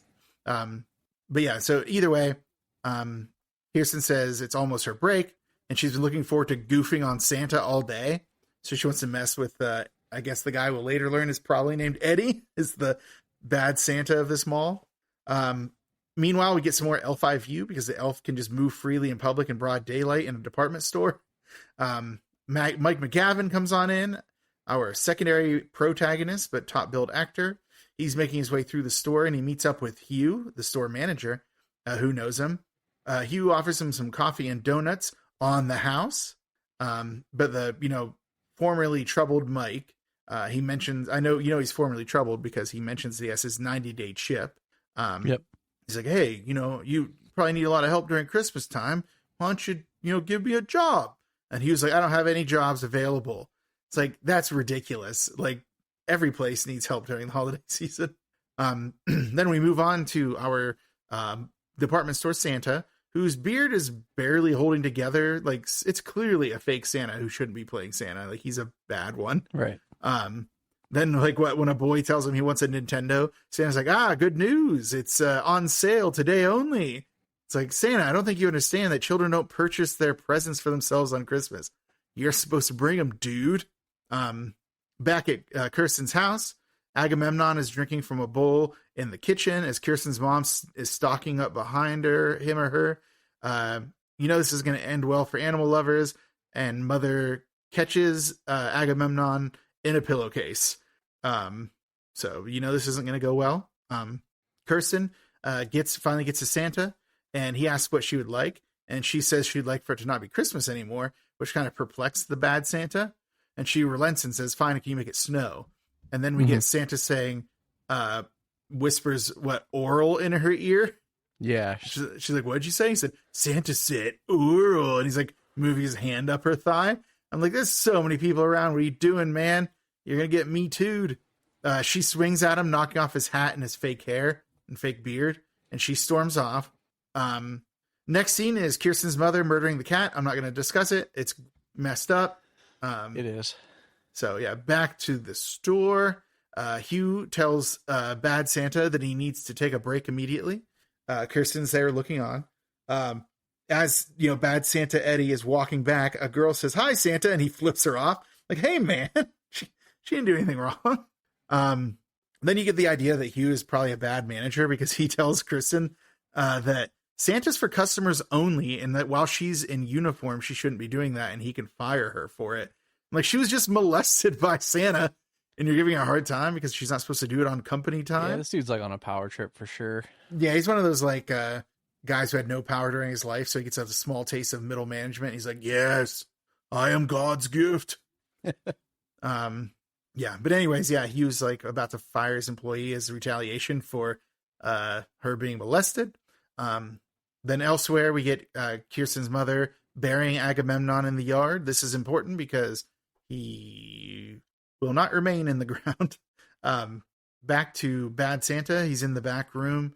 He's upset and grumbling to himself when he's suddenly approached from below by the elf, who's now armed with a knife, and stabs him in the genitals.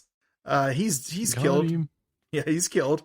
Yeah, I get a feeling the elf is attacking people who he views as being antagonistic towards Kirsten. We're like a threat. Oh yeah, we're a threat to him. Yeah. Yeah, but meanwhile, outside in the I don't know, atrium, whatever you call that room where the Santa Claus thing was, there's a line starting to build up. So Hugh goes to Santa's helper, says to go find him. She walks into the break room and sees the corpse and screams. Smash cut to police presence. A detective, maybe Carver, is questioning Kirsten because of the proximity of his murder to, also when she was molested by him. But she notes that he was a drug addict and a pervert. So, isn't this just the Christmas way or something, is what she says. He's like, no, it isn't. Like, he's like offended that she would be anti-Christmas.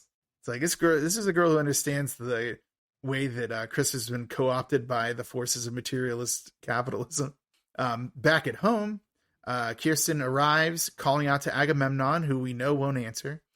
She tells her mother that she had a rough day at work because Santa got murdered. And her mother's like, I don't find that funny. She's like, it's not supposed to be funny. There's a murder at the department store where I work, where I, your teenage daughter, work. Like, the amount of non-concern Kirsten's mother shows for her children is staggering. Hold on one second. Yeah, I feel like she also, I mean, you get her motives later, but like, it is kind of wild. Like, she just gets worse throughout the entire movie. Yeah, I mean, you get the feeling that the reason that Kirsten actually dislikes Christmas is because her mom is mean to her. But hey, we get away from this terrible domestic situation to go back to Mike. He arrives at the trailer that he's been living out of, talking to himself about cigarettes, but he finds that the trailer is locked up. I guess the sheriff locked it up because he didn't pay his bills. I don't understand that. It's like, it's not like it's impounded or something. It's not a boot on his car. Yeah, but I don't know. Yeah, in any case, he's apparently unable to get in there to sleep. Back at Kirsten's house, she's still calling out for Agamemnon. Her brother, again, Willie's now being sweet. He's like, oh, I'm sure he'll come back. We get some elf shenanigans outside her window as she's calling for Agamemnon, and then the elf starts to dig. We know what he's digging for. Gold. DC. I love gold. No, unfortunately, it's a deceased animal. It is. Yeah, so Kirsten goes to sleep, but she's awakened in the night hearing something at her window. She goes there to find the elf holding Agamemnon's corpse, I guess returning the cat to her. Then she obviously screams, and we cut to later when the mother is complaining about this being the second night in a row where she can't have sleep. It's like, you have kids, dude. It'll happen. Kirsten says that she saw a troll, but the mother is like, no, it's a raccoon. And then Kirsten's like, it could be a ninja goblin or whatever it was that Willie said it was. So that's like two of her children have seen this mystery creature, but Kirsten's mother cannot be bothered. Grandpa comes in to show the picture that Kirsten drew, asking her where she had seen it. She says that she made it up, but Grandpa is very freaked out by it and insists that she must have gone to the forest, and asks what she saw. And that's when she's like, I saw a troll or a raccoon or a ninja gremlin. The mother is very dismissive and sends Kirsten to bed. Grandpa tells the mother that the elves are on the loose, which upsets the mom. And she's like, the elf didn't kill the cat. I did. It's like, she's like, a raccoon must have simply dug up the body and dragged it to the windowsill. It's like, as raccoons do. It's normal raccoon stuff. Yeah, just normal raccoon stuff, like dropping corpses on your windowsill. Back in his room, Grandpa is looking at some of his old stones and other ritual paraphernalia. He's up to some nonsense, and he definitely knows more about what's going on. In her bed, Kirsten is tossing and turning because, this is all some crazy stuff.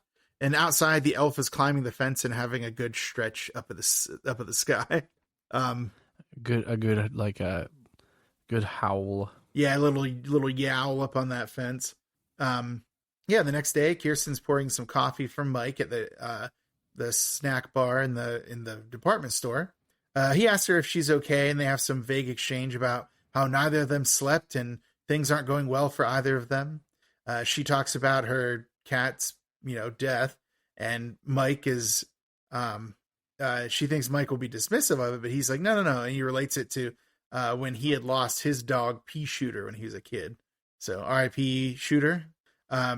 Hugh comes in and interrupts this, aside, running to Mike and asking him if he still wants a job. Mike's like, yeah, I guess things are looking up already.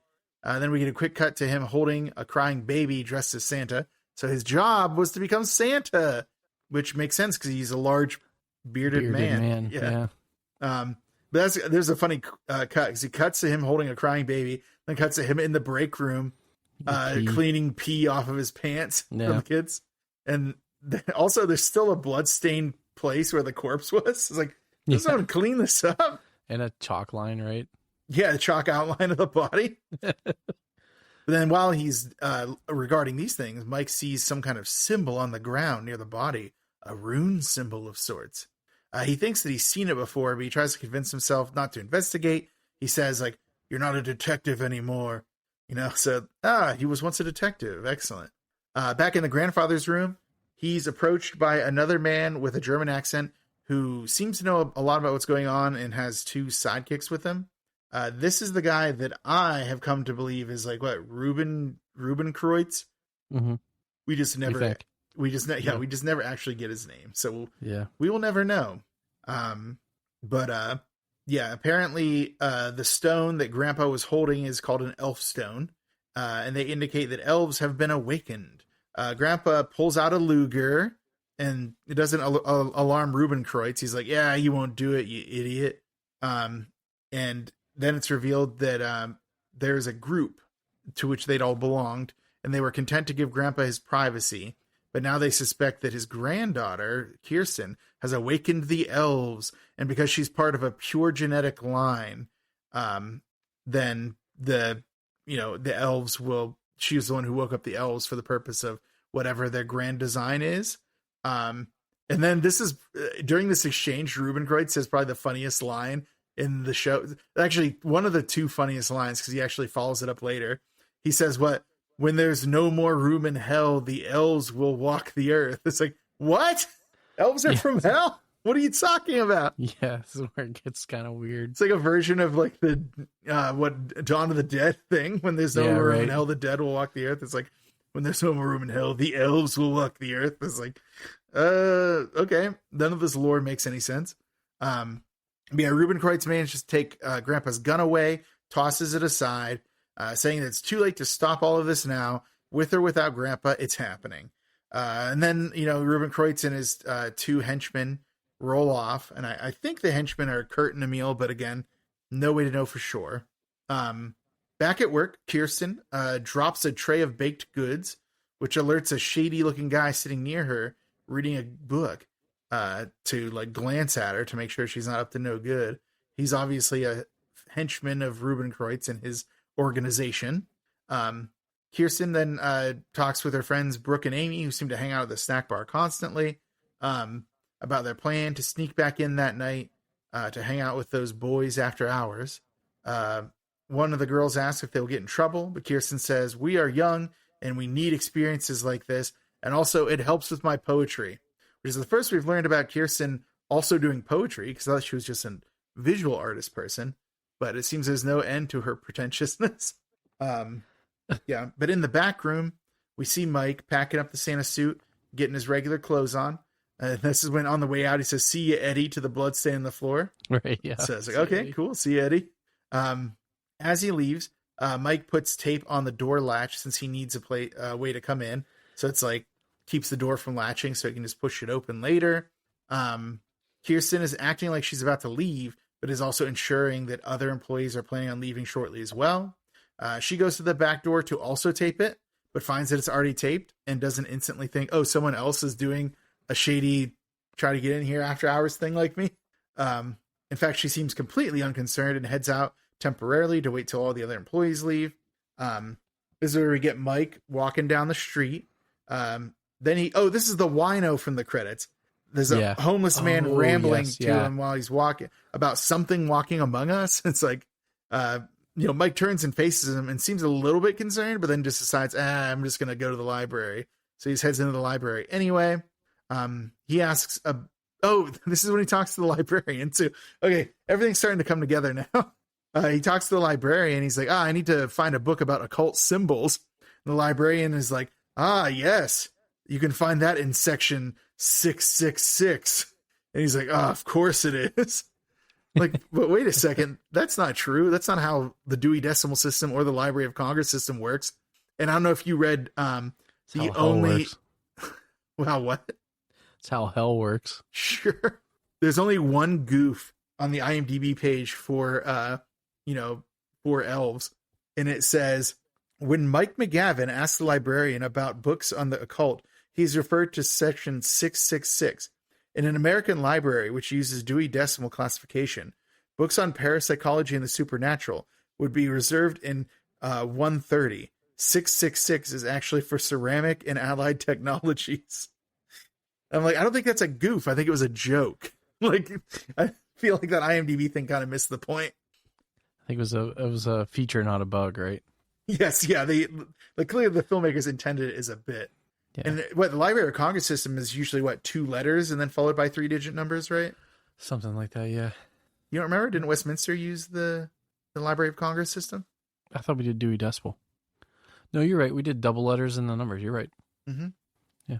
Somebody didn't spend a lot of time in the library. I mean, I'll tell you firsthand, I think I was in the building like 5 times. I mean, by that point, most of our stuff was done via those... Our own stuff. Well, the document servers, like the EBSCO hosts and all those things that had document so you could just pull down from the internet. The LexisNexis. LexisNexis. Leaving the library, we're back to the alley. Brooke and Amy are there waiting for Kirsten. Then when they go to open the door, they're like, what? We could have opened it the entire time? It's like, yeah, dude, how do you think she's going to open it? She doesn't have a key. She works at the snack bar, dude. But then as they're going in, Brooke takes the tape off the door, meaning that when Mike gets back, he can no longer open the door. But then once they get to center of the store, like the atrium area, Kirsten notices this and it's like, how are the boys supposed to get in if you take the tape down? And then she goes back and puts the tape on the door back up. But during that time, Mike had come back, found the door was locked, and then had gone somewhere to get something to pry the door open. It's like a very sitcom level of convenience of them not running into each other yet. Yep. Brooke and Amy are like, you go do that. We'll go to the lingerie section. It's like, are these supposed to be teenage girls? This is a little weird. Mike gets back to the door with a pry bar in hand, only to find that this time when he pushes it, it opens. So then he pulls the tape off and tosses it away. So, what a sitcom misunderstanding. If only it didn't end with several dead teenagers. Right. So and elves. And Elf. Elf, and Elf. And Elf.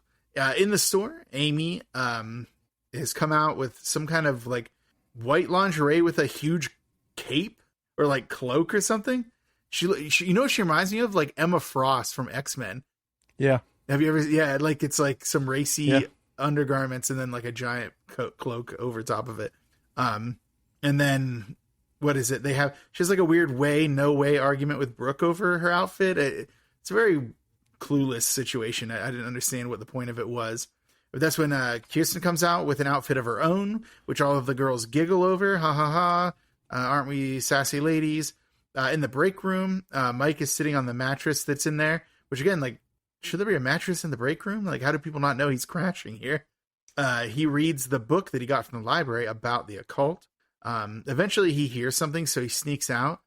He doesn't notice off screen the elf is peeping him now. What he does notice is that from his elevated position, he looks down and sees the girls are all there doing makeup. And then Kirsten is like, Kirsten's obsessed with the idea of naming her friend group. And she says she wants to call them the Masters Without Slaves. And like, I don't like Kirsten. Yeah, what is that? She's like this idea of starting like some kind of like anti-establishment cult. I don't know what her thing is. I mean, kind of tracks a little bit, I guess. The bloodline's impure. The bloodline. At that point, though, oh, by the way, Brooke and Amy don't understand it either. Like, what? What does that mean? Right. Mike then comes down to the girls, which freaks them out. But Amy immediately starts asking Santa not to tell their parents. It's kind of funny. He's like, I'm not going to tell your parents. And then Kirsten immediately is like, well, you're not supposed to be here either. He's like, I'm here to take care of things. And then she like kind of realizes about the tape. It's like, you put the tape up for yourself. You're not supposed to be here. So she's like, if you don't tell about us, I won't tell about you. He's like, all right, I agree. As long as you don't steal anything and anything you use, you put back where it was. And then they come to an accord. And as he's walking away, Kirsten says something about not believing in Santa, which like, he's like, oh, such a mean girl. It's like, Mike, you're not actually Santa. Hey, he doesn't know that. He has like alcohol induced like psychosis. Yeah. Back at Kirsten's house, Grandpa is asking the mother why Kirsten hasn't come home from work yet. The mother is like dismissively like, she's staying at a friend's house, whatever. Grandpa's like goes into his room to tell Ruben Kreutz and his companions. But even as he goes in, Ruben Kreutz gets off the phone with somebody. He's like, Kirsten is in fact not at her friend's house. It's like, wait, is Ruben Kreutz just calling Kirsten's friend's house to see if she's there? Like, that's a bit crazy. Like, they're not going to notice there's some random like guy with a German accent is calling for looking for their like teenage daughter's teenage friend. We cut to the really They dark... definitely made the big guy call. Well, I think it was Ruben Kreutz who's calling. So he could like twirl his ponytail while he's talking to everybody. Sure. We cut to a really dark alley where the three boys are coming in. Again, we know one's David because he's been talked about. The others, I believe, are Kevin and Mark. Essentially, we can't see who's talking, but they're talking about which girl each one of them is going to get. One of them is marked to get Kirsten, but he's like not interested in her. The other's like, what are you, a coward? And they use another word too, which you had remarked earlier. Yeah. Unchill. And they decide, but then they get there and find the door's locked. Like, how are we supposed to get in there? And it's like, yeah, we'll get the tire iron and we'll pry the door open. Like, yeah, let's commit a crime. In the store, the girls are talking about how there are 3 tents at the outdoor display area. So one for each of them. Brooke is having an aside with Kirsten because Amy again has decided she's gonna get with David, dude. She's obsessed with David. She's been talking about him constantly. So Brooke asks Kirsten if she's really gonna go through with it, and Kirsten's like, no, absolutely not. Like, I'm not doing that. And then Brooke's like, well, how are you gonna stop it from happening? It's like, oh no, Brooke, someone needs to explain to you what consent is. Oh, dude, it gets worse. No. And Kirsten says, I'll just say no and freak the guy out. And I'm like, what do you mean freak the guy out? What was it, 1989 like? You can say no. But back at the door. Her response is worse. What was her response? I can't even remember. Like, I don't want to deal with confrontation, basically. Oh, is that what she said? Something like that. There's some version of that, like, where she's just going to say yes. Like, oh, yeah, I'd rather just get it over with or something like that, right? It's like, oh, no. Back at the door, though, someone's, like, smashing on it, trying to get in. And as they're trying to break in, like, the girls hear it, and they think it's the guys. It's like, oh, they must be so excited to see us. Mike is also alerted up in his perch. But then it turns out that the door smashes open, and it's Ruben Kreutz and 2 of his henchmen, possibly Emil and what's the other one's name? Kurt? Sure. We don't know. And then they, like, what? we're using a corpse to bust through because there's like a dead body there, presumably one of the boys. And that's when I guess we learned that the 3 teenage boys were just killed by these Nazis. I guess we don't know they're Nazis yet, but come on. Whenever they do break in, they set off the store alarm. And they're angry about this, but Ruben Kreutz is like, we need to capture the girl. Don't worry about anything else. Let's go. Meanwhile, the girls in the outdoor section are holding their ears and saying that the guys are assholes for setting off the alarm. Amy, though, is too excited about David, so she runs off, basically resulting in her own death right here. Mike discovers the body at the door and is concerned because that's a corpse. Brooke and Amy end up near a freight elevator of some kind and wonder why the boys haven't turned off the alarm yet. And Amy's like, I'll go get Dave, and then takes off her cloak, throws it to Brooke, and then jumps into the elevator in lingerie before like Brooke can stop her or go with her. However, Amy ends up getting captured by the bad guys, so they grab her and take her into the elevator with them before Mike can get to them because he sees this happening. They're questioning her about where Kirsten is, and she's like struggling against them. And this is when it gets kind of jarring. One of them just takes out a gun and shoots her in the head. Straight like, up. Like I didn't expect that. Like, you're not even done questioning her about where Kirsten is. They just execute this girl. So yeah, pretty violent, but at least she gets to get out fast. It's not going to be the same for Brooke, as we'll find shortly. Mike comes down the stairs just as the baddies are getting out of the elevator, and he runs to take cover as they start shooting. It just happens to be that where Mike takes cover is next to Kirsten. She's ducked back there. So they were in the outdoor section, sporting goods and whatnot. They happen to be behind the counter where the firearms are. And so like, he's like, yeah, hand me some shells. He's like loading up a gun, and Kirsten's giving him some ammo. And this is super funny because did you notice what the sign said on the display for this firearm section? No, I could barely tell what was happening because it was too dark. So gifts for mom. Good for you. Oh, nice. It's like gifts for mom. It's guns. I just thought that was really funny.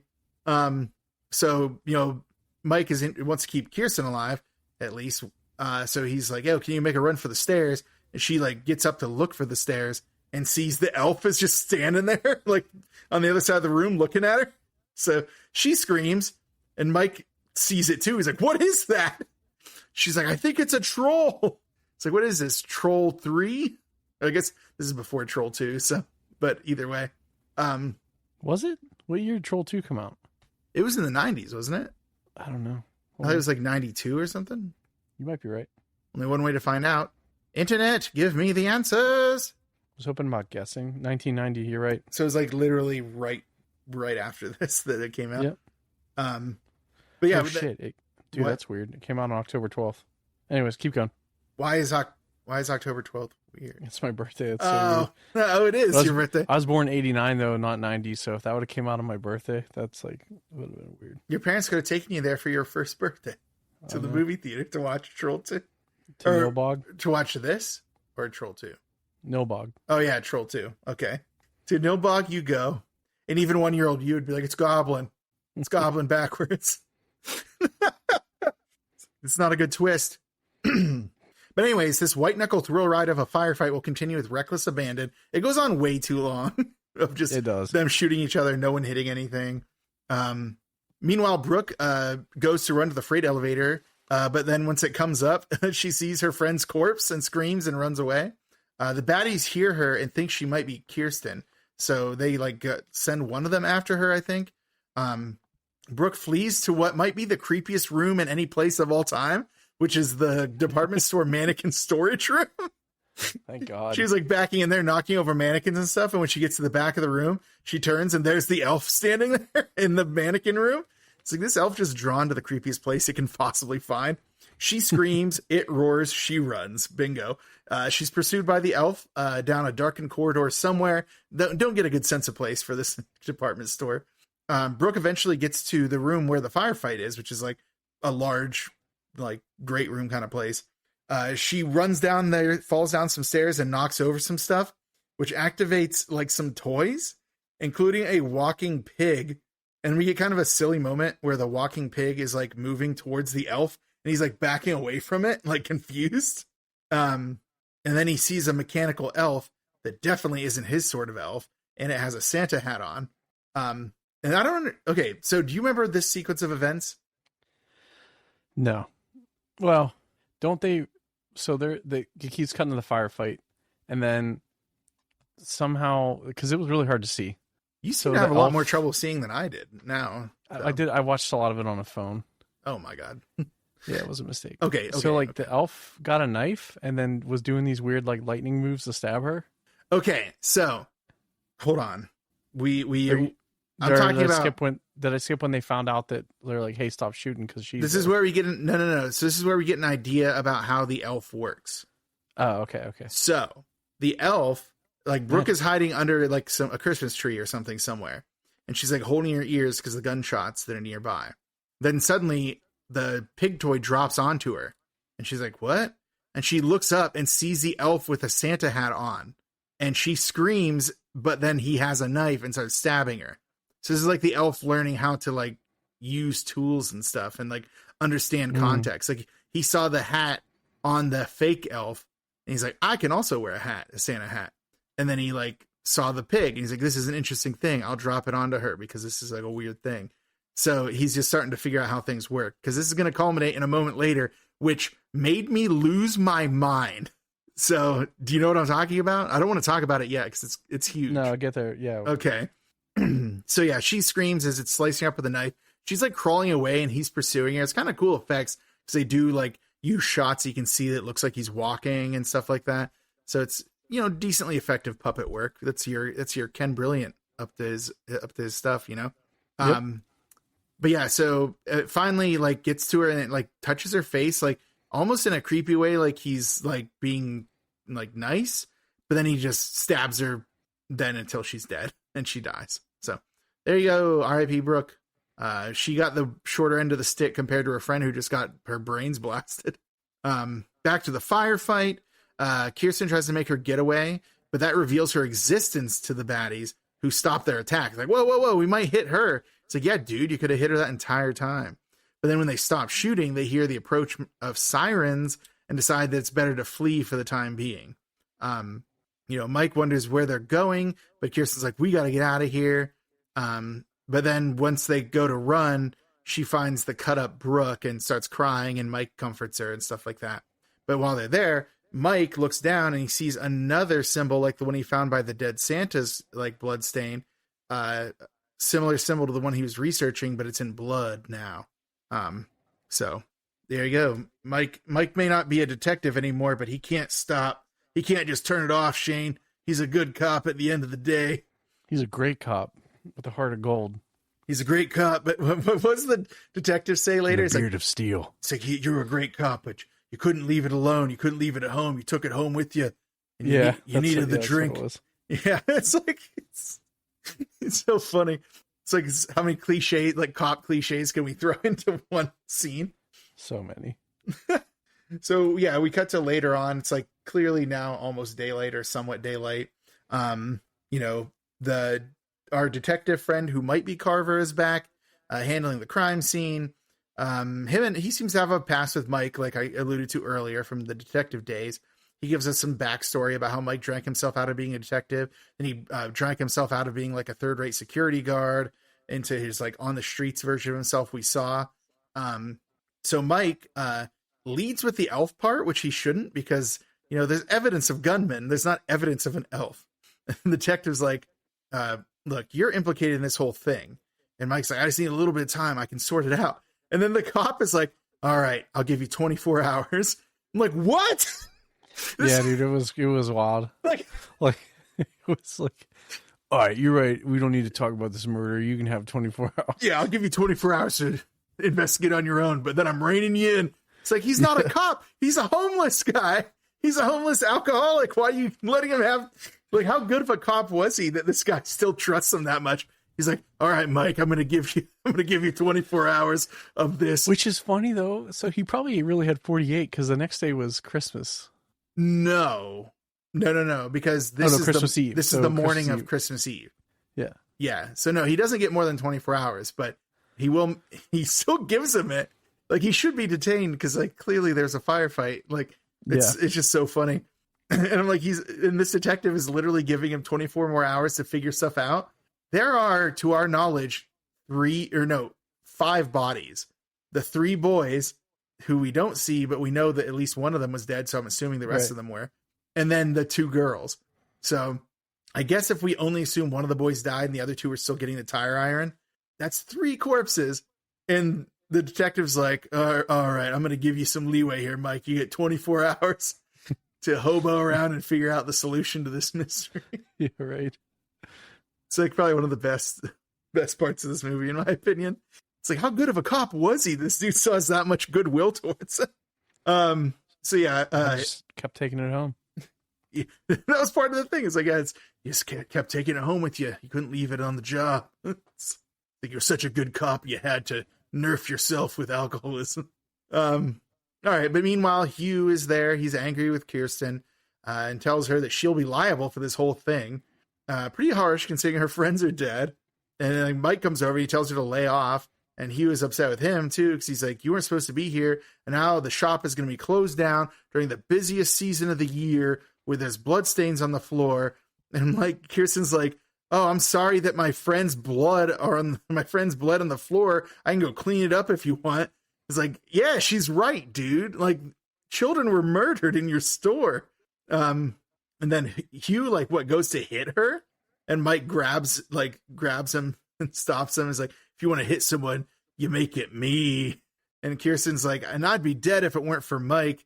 It's like these two are like instantly bonded over their life and death situation, which is what I was saying is if this had been a creepier movie than it already was a quite creepy movie, they were setting up like a relationship between these two, but instead the relationship remained like he's like a fatherly figure to her, which at least they did that right. Yes, I'm like, at least they did that right. So Hugh splits the difference. He's like, you're both fired. Get out. I don't want you in my store. So outside, Mike is like, I'm going to drive you home, Kirsten, and stuff like that. And she's like, all right, Santa, thank you. It's like, call me Mike. And she's like, no, I'm going to call you Santa. Like, this is a weird thing, but okay. And he's like, I'll help you explain to your folks what happened. And she's like, my folks will not care what happened to me. And then Mike's like, well, it's not over yet. And almost as if he's summoned it, smash cut to the elf, which is somehow in the department store near Amy's body. And he walks up and just starts eating her fingers. Yeah, that was crazy. Yeah. He's just like, well, let me nom on these fingers. Like straight just chomps them off. He chomps off 2 of her fingers in one bite. Yeah. But then he sees a rat and he's like, fresh meat. And then he runs away to get to that morsel. Hairy fingers. Yeah. Hairy fingers that move on their own. Yeah, but back. Dave, no. Darkside Dave, no.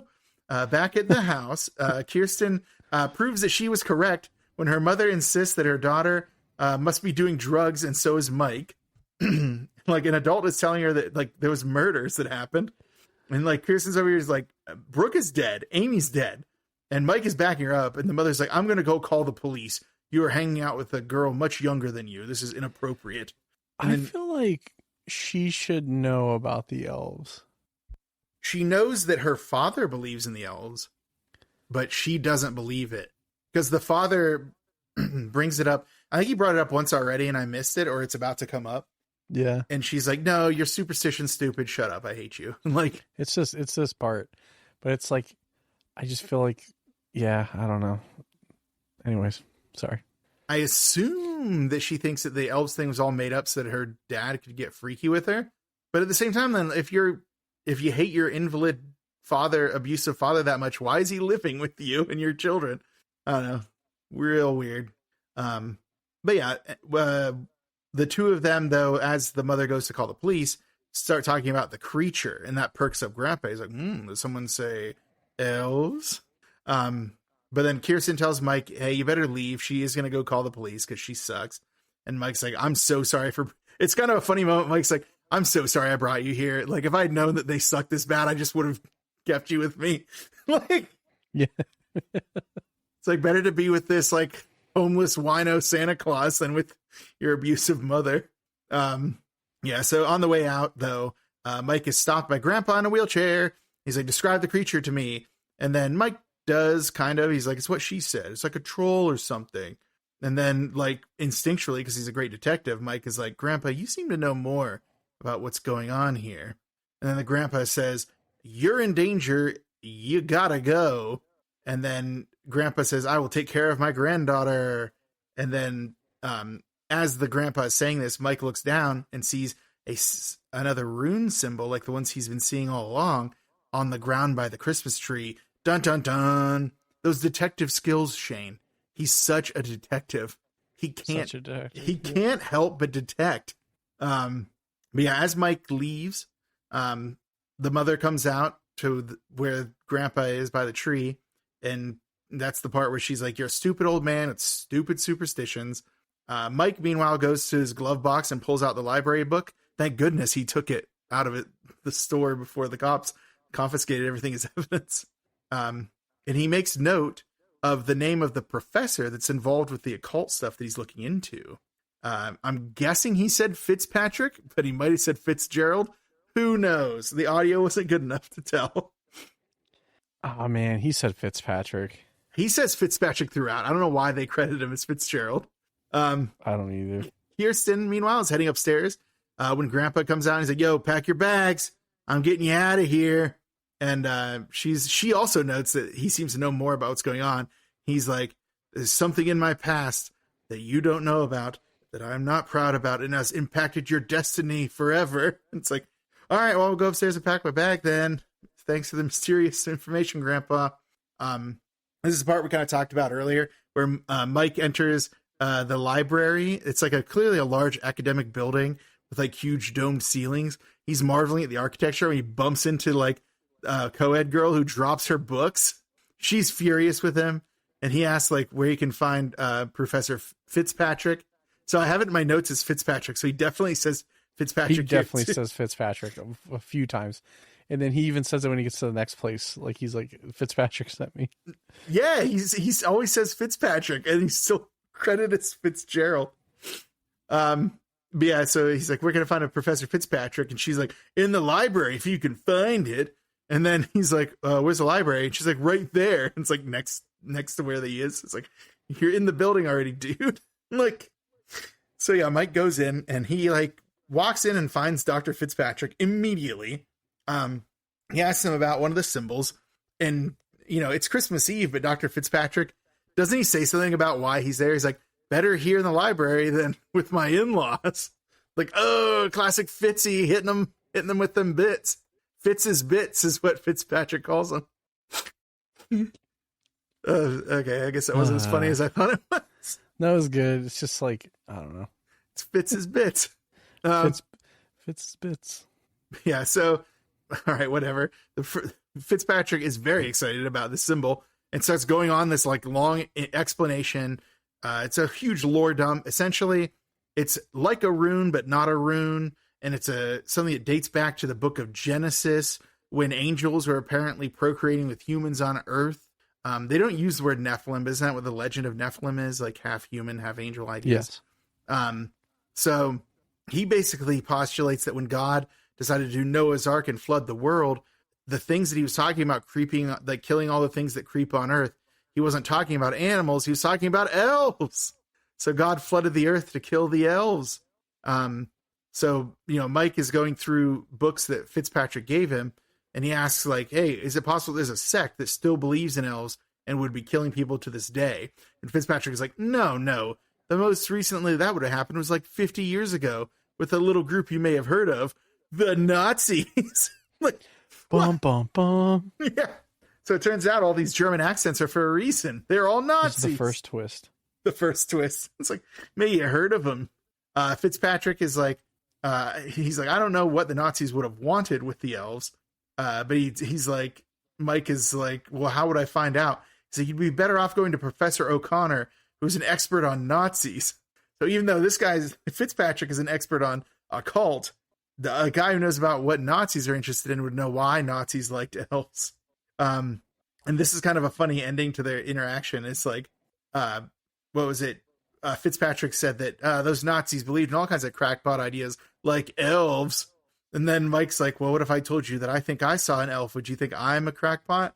And Fitzpatrick is like, hey, even though I didn't believe in elves, God did. Right. It's like real condescending. Yeah. It's like, all right, goodbye forever, Fitzpatrick, whose credit is Fitzgerald. Mike heads to his car to begin the next leg of his journey to find Professor O'Connor. Just normal professor stuff who'll let him go to his house and ask him academic questions on Christmas Eve. As he drives off, though, he hasn't noticed that one of the Nazi minions is following him in a vehicle. Elsewhere, Grandpa is doing some kind of ritual with the elf stones, using like a cross or something, like some kind of piece of jewelry. This I couldn't see because it was definitely too blurry to tell exactly what he was using. Just unintelligible. It was really difficult to see. Meanwhile, but this is happening while Kirsten's packing. Mother comes in and tells Kirsten that she talked to the police, and it seems that Kirsten was telling the truth about her friends being murdered. So Kirsten thinks, I'm going to have some affection and kindness from my mom for once. And she goes and hugs her mom and says, a lot of stuff like, oh, it was terrible, Mom. You can't, I saw my friends die and stuff like that. And instead of being comforted, though, the mom starts out with what begins as a compliment and then turns into being really mean. She's like, you're just like your father.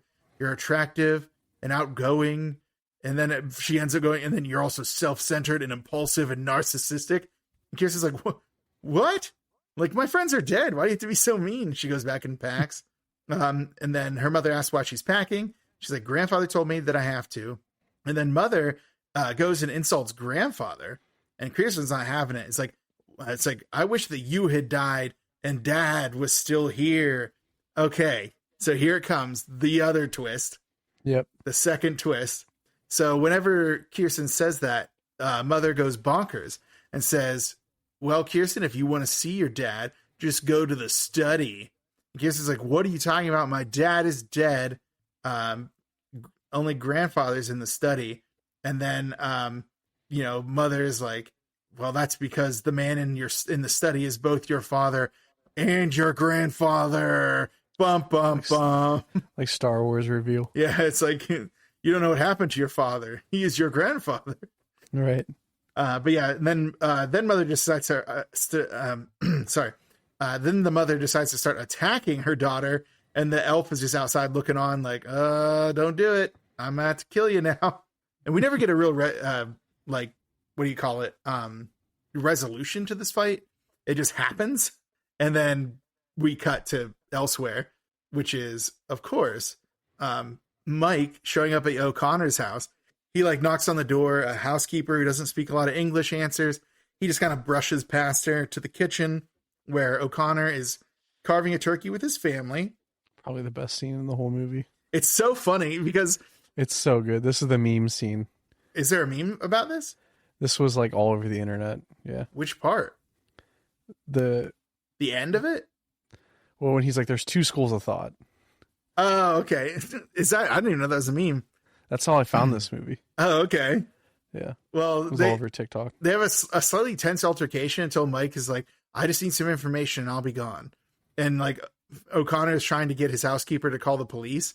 But since his housekeeper doesn't speak English, and apparently O'Connor doesn't speak anything to his housekeeper, in Spanish, Mike's like, look, by the time you get through that, you could have already answered my questions. I just need to know the connection between elves and Nazis. And O'Connor's like, well, there are two schools of thought. Oh, okay. Is that it? That's the meme drop. He's like, one is using elf assassination teams. That's my favorite. He's so matter of fact. I wish one was true. One would have been way better than what we get. Yeah. It's like one would be using elf assassination teams since they are small, have magical powers, can eat anything, and can't be killed. The problem is that they don't exist. Mike's like, I need to know more. And O'Connor is like, all right, well, I'll tell you about theory 2, which is my favorite because it mixes science and the occult. Yeah. It's like O'Connor just went from being angry to being like, yeah, let me tell you about this. So it's kind of hard to explain because he uses some pseudoscience jargon, but apparently elves have some kind of genetic structure which makes it so that they will mix perfectly with the appropriate human genetic match in order to create a master race who will go on to rule the world. But of course, it requires that a virgin be used at midnight on Christmas Eve to be the vessel of the elf baby or whatever. Yeah. And then O'Connor like looks at his watch and he like turns to say something to his wife. Then by the time he looks up, Mike is already leaving. Yeah. It's like at that point, I think O'Connor was like into this idea. It's like, I'm about to go lore dumping on this like random Grizzly Adams dude who walked into my house. But then this is probably one of my favorite exchanges in the movie is with the elves. Yeah. So like one of his little girls, he had two small daughters there.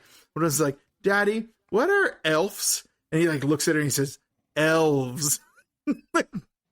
So it's like corrects her grammar, and then that's the end. That's the end of O'Connor's part of this movie.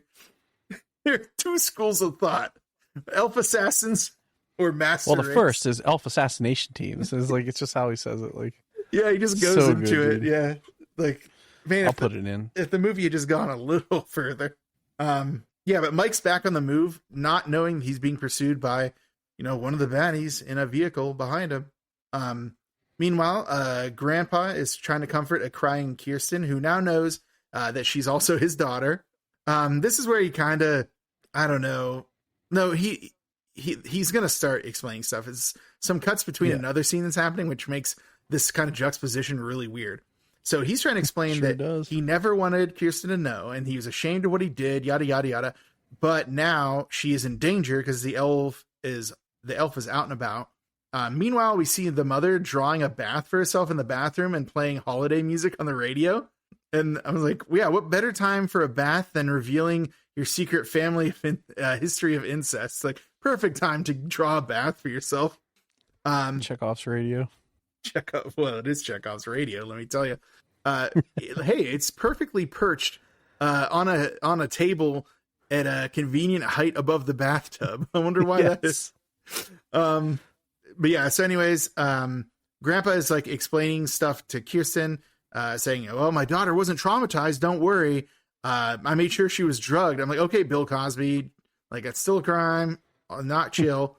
When Kirsten asks why, he's like, "It was to produce you," and he like explains that like the inbreeding was planned so that Kirsten could have the perfect DNA to be the vessel for like the elf master baby. And Kirsten is like, finally done with this. It's like, "You're insane. I'm out." And she like goes and runs off, and Grandpa's like, "Stop. I love you. You're perfect." It's like, stop it, dude. You're making it creepier. It's like, you're not helping yourself. You're supposed to not be worse. You're supposed to not be a Nazi anymore. Meanwhile, the mother is having like a breakdown in the bathroom. She's like putting lipstick on over and over and like smashing it into her face. Like straight up like Night of the Demons. You guys say Linnea Quigley level. Yeah, exactly. But then once she gets to her room, Kirsten is surprised by Willie, who comes in and wonders, like, he's like, "What? Do you think we're going to get any presents this year? Because there's not much under the tree." And Kirsten, probably relieved to see a normal person and have a normal concern, hugs her brother. Like I said, their relationship later in the movie is way more wholesome than when he's first introduced. I have no idea why they introduced him that way, unless it's to make the movie, like, really gross. Mike... Could have been. Mike, meanwhile, still driving, finds a bomb in his car. And instead of like throwing the bomb, he dives out of his car and it explodes. Well, the radio wasn't working and he was like hitting the dash. Oh, is that how it happened? I kind of missed that. That's what I gathered. It was kind of hard to tell because that's like, I think they were tracking during this part of the film. But he was like hitting the dash and then the bomb fell out and he was like, "Oh shit." And then he rolled out of the car. Rookie bomb making error by that Nazi dude. You can't be having bombs that turn off the radio. Yeah, so he dives out, and then the henchman makes one of the most amateur decisions you can make, which he stops 100%. His car to like check out his handiwork. Mm-hmm. Mike just comes blasting out of the side of the frame to like hit him. He starts beating him up and somewhat interrogating him, but it's kind of the funniest interrogation of all time because he's not waiting for him to answer. He's just hitting him. Because his questions he asks him are so funny. It's like, "So what are you, a Nazi? Is that your elf? How many teeth you got?" Then he hits him. He's like, "Now how many?" It's like, Mike, let him answer some of these questions. Stop asking. Mike, stop punching a cyanide tooth. He kind of, is that how it happened? I guess. I thought the guy reached up his hand. I thought it was like in his ring or something. It was so hard to tell what was happening. Yeah, so it's funny. The dude never answers and then does like, I thought he took it from his hand, like he had it in his ring or something. He probably did. In any case, he had funnier to think that he broke his cyanide tooth. That's why the guy was like, please stop punching me. But yeah, so the guy dies from like cyanide poisoning, and Mike sees that he has a lapel pin that has the same rune from every murder scene. So he takes the liberty of also taking that guy's car because he's not going to need it. He's dead from cyanide. Right. So now we get kind of a weirdly placed scene of Kirsten's mother, undressing and hopping into the bathtub as Ode to Joy plays. Thematically, I'm sure there's something going on here, but I was like, maybe they just needed a semi-nude scene to fill up some time. We get an elf POV shot. As the elf is like messing around with the Christmas tree and he breaks a bulb. Oh boy. It's some kind of metaphor for Christmas. But when the bulb breaks, that alerts Kirsten's brother, who wonders if it's Santa. But Grandpa is downstairs and he's by the tree then, and he yells for Kirsten. Kirsten upstairs turns off her light and shuts her door. And then we get a misleading elf POV because it looks like the elf must be in her room because it seems like he's in a darkened room now, approaching somebody. But that was just a misdirect, or just bad quality, one or the other. Because when we smash cut to the mother in the bathtub, she's like scrubbing her face frantically as Ode to Joy plays. She's clearly having a breakdown of some kind. She hears a sound and stops for a second and then looks right in front of her. And there's the elf. And he pushes the radio into the bathtub, electrocuting her. And he was really excited about this. He's like shaking back and forth really fast. Like, yeah, like rocking, like in he's like, yeah, I understand technology now. It's like, I guess he does. He knew that electricity would happen there. Yeah. All right. Now, Mike, he finally arrives at the house and knocks on the door just as the power goes out from, the shorting of the fuses because of the radio murder. Yep. Kirsten is surprised that he's there and tells him that she doesn't know what is happening. Her brother comes back and remarks that, hey, that's not Santa, because when Kirsten saw him, it's like, Santa, you came back. And this is, I put in my notes, by the way, that this is the first time that Kirsten refers to her brother as Willie. So it's the first time we know that that's his name. Right. Perfect. Perfect. Flashlight in hand, Mike moves towards the bathroom, opens it to reveal the sizzling corpse of Kirsten's mother, along with another rune written in blood on the side of the tub. Mike manages to stop Willie from peeking, telling him, hey, your mother's okay, just don't worry about it. But we have to go because the elf is here. So the three of them move downstairs and they run into Grandfather. He explains that they can't go because the elf will only follow Kirsten, which, by the way, though, the elf doesn't seem to want to hurt her. It seems to want to hurt people around her. So why can't she go? But so when Mike is like, but there's also guys with guns coming after her, Grandfather's like, no. They're trying to protect her, not kill her. So they'll execute her friend instead. And he also says that Kirsten can't leave until he shows her how to destroy the elf. Kirsten wants to leave, but Mike says he's heard a lot of crazy things today, so we should hear Grandpa out. We get some more lore dumps, namely, one of the more interesting things is like that rune lapel pin.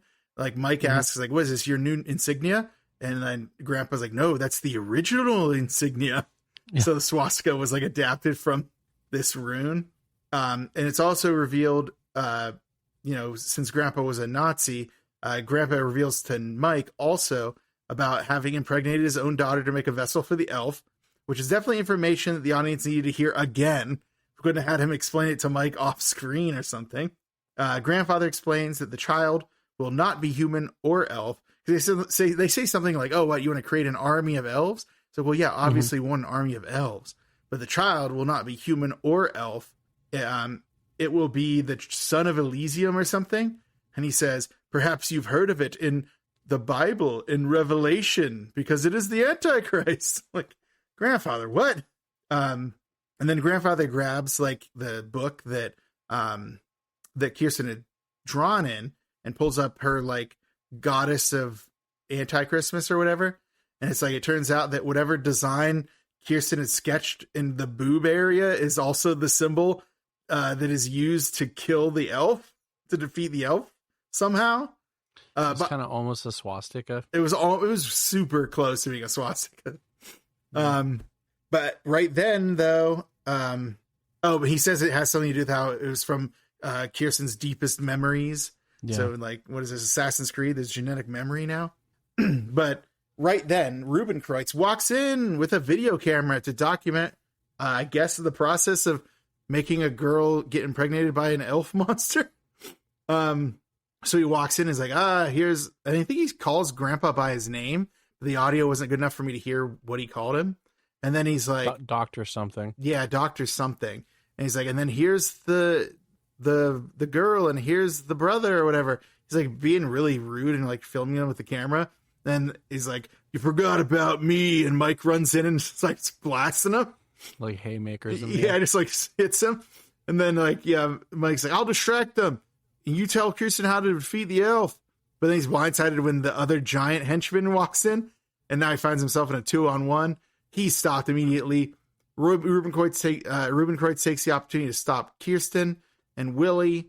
But then grandfather pulls out his Luger and he's like, I will kill you. The giant henchman decides to be a bullet shield, and he approaches grandpa, who shoots him a few times before he goes down, which gave Ruben Kreutz the time he needed to get in close enough to pull the gun away from grandpa. Grandpa like falls to the ground, and Ruben Kreutz is like, bye grandpa, and shoots him with the gun. Mike takes the opportunity to re-engage with combat, so that it gives Kirsten what weird choice. Like, he throws the dude out of the wheelchair. Yes. Weird choice to not shoot the giant man with the beard. Right? Well, I think Mike was down at that point, so I think he thought the henchman had taken him out, but he's like, nope. Yeah. Sure. Like, why didn't he use the gun on the other obvious threat, not the wheelchair guy you just dumped on the ground? Right. Like, what's he going to do? Like, crawl, get, like, for 10 minutes to get to his wheelchair? Like, you know what I mean? Like, yeah. I mean, Ruben Kreutz isn't exactly a master strategist because he makes some serious errors in judgment. But yeah, so what is it? Mike re-engages in the fight and gives Kirsten and Willie time to run away. But this time, though, Mike is shot by the henchman, who was, even though shot several times, wasn't quite dead. He shoots Mike. We don't see how bad the damage is, but it gives Ruben Kreutz a time to get up and go give chase after Kirsten and Willie. Kirsten and Willie run into the forest, and Ruben Kreutz gets into his SUV and drives after them. I'm like, sir, have you ever been in the woods? That is not a good way to go after people on foot. Like, how would you get to them? Like, he manages to, kind of, but, oh wait, no, he doesn't. He flips his vehicle. He totally does. He flips his vehicle so fast. He has to get out and be on foot anyway. Almost instantly. It was like, he's an idiot. So yeah, in the forest, Kirsten does manage to come upon the magic spot in the woods where she'd cut her hand and freed the elf. When she gets there, I guess her presence, it makes her hand bleed again. Kirsten falls, and then suddenly Ruben Kreutz is there and is trying to grab her, and she's like kicking at him, and he gets like real creepy, like almost to the grandpa levels of creepy. He's like, you don't understand. I love you more than anything. You are my everything. It's like, what are you up to, Ruben Kreutz? Luckily, he's not going to have time to do much of anything, Shane, because he is shot from off screen. Shane, Shane, who shot this man? Like, one of the best, like, reveal, like, it was like, I'm trying to think of a shot, which movie it did this, where the person gets shot off screen. It pans over, and it's like the person that you forgot was even in the movie shot them and saved the day. But it was the fucking elf. It was the elf. It cuts to the elf with gun in hand. With like a Glock, and it just like lowers the Glock. When did he learn to shoot a gun? I don't know. How did he understand how guns work? He just straight up shot him. Like, this dude dug his way out of the ground. I thought it was Mike, and then it panned over. Panned like, over no. to the elf. The anti-hero, right? How did he learn to use... So he learned that electricity can kill people, and he used a radio. Now he can use a gun? Whatever, man. That's the elf for you, buddy. Willie tries to help Kirsten up because, the elf is here. And she tells him to run and get the crystal from Grandpa's study because the elf isn't going to hurt her. I'm like, yeah, dude, the elf isn't going to hurt you. It has something else in mind. You wish it would hurt you. Yeah, it's like, why don't you just get up and run with your brother and get the crystal with him? So Willie runs off as the elf is making the approach. I put in my notes, I don't think she thought this through because the elf is like pawing at her and then she's like trying to push it away. And the elf is like clearly trying to get fresh with her. Back to Willie. He's still running through the forest. The elf is still coming to Kirsten. We get a couple back and forths on this. Although the elf is distracted briefly by a bug, which he snatches up and it looks like he's going to eat it. But then he instead offers it to Kirsten. Like, oh, at least he's a romantic sort. Yeah. Willie does finally manage to get to the study. He steps over the big henchman corpse and gets to the elf stone. And he's surprised to find Mike is still alive. And then Mike gives him the elf stone. He's like, go as fast as you can. Help your sister. Like, hey, at least we know Mike's alive. That's all we needed to know. Now the elf is kind of imitating Bad Santa from earlier. He's like clearly like groping up Kirsten's thighs and stuff. I'm like, oh, we don't like this. We don't like any of this. It's kind of hard to tell what's going on, but the elf is definitely like trying to get in close to get his freak on. Willie is like lost for a little bit and he yells for Kirsten. But then she calls out to him. So he gets to her and she gets the elf stone. And then, she's like, Grandpa told me that I would know what to do when the time came. And she crawls towards the part of the ground where the elf had emerged. And she just like takes the elf stone and stabs it into the ground while saying some kind of gibberish incantation. And also her blood is on it because it's her bloody hand. So all of this matters, I guess. The movie will never... What? Huh? That's not what she says. What does she say? I'm not going to repeat what she says, but it's not gibberish. Oh, I couldn't understand it. Dude, I don't even know if I want to say it. I'll say what it is that she said, but not say what she said. Sure. Okay. So she did not... Okay. All right. Back to the plot description. We took a brief second there that Shane will have cut out to show me the clip. So I know that she didn't say a gibberish incantation. She, in fact, said, die you, and then use the F slur. So yeah, die you little, and then says F slur. So whoops. Okay. Yeah. This is why I watch these movies a couple times. So like, I try to watch them on a television, and then I try to watch them on my phone with headphones in, because I'm telling you, you'd be surprised what you catch when you have like Dolby headphones in. Like, so. I mean, I don't really have any excuse other than I did watch it on my TV each time I watched it, and the fucking flute was going crazy the whole time. My furnace definitely went off during certain parts. So, all right, so that's what she says. In any case, after using a dated and problematic word that causes an explosion, and then smoke starts to pour from the elf's mouth. It's a bunch of weird, blurry video effects that last way too long. Way too long. Yeah, as Kirsten crawls away from the elf on the ground towards Willie and holds on to Willie. And it gets really hard to tell what's going on because it takes forever.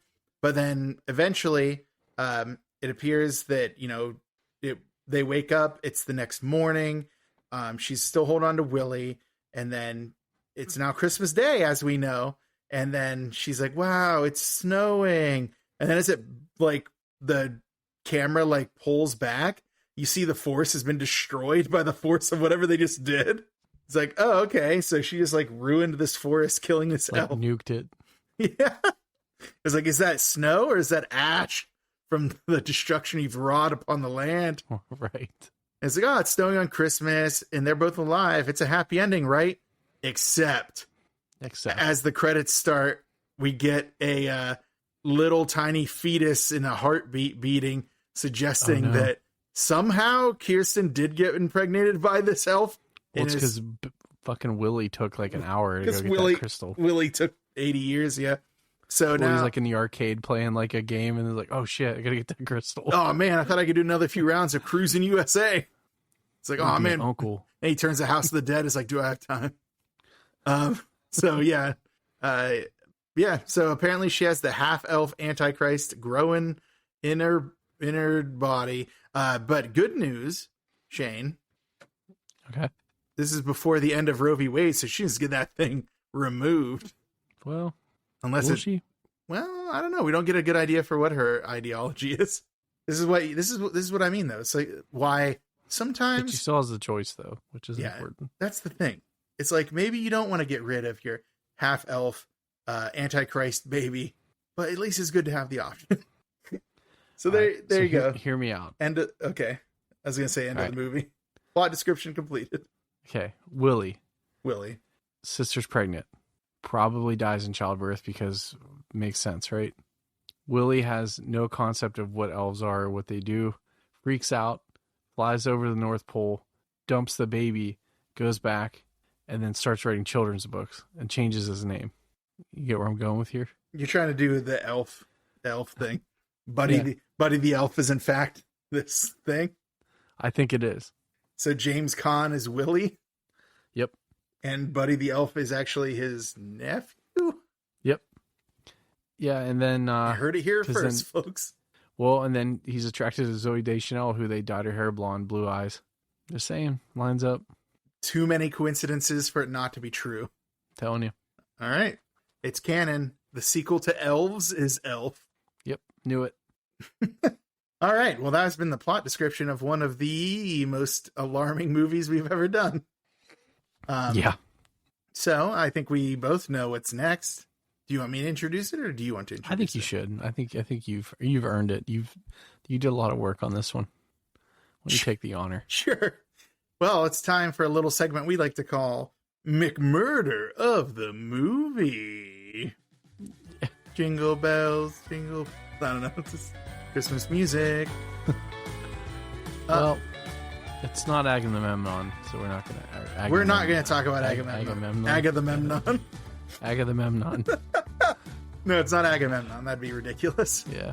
Which is the cat, by the way. Yes, we know this. So I have two in mind. Really? I have one in mind.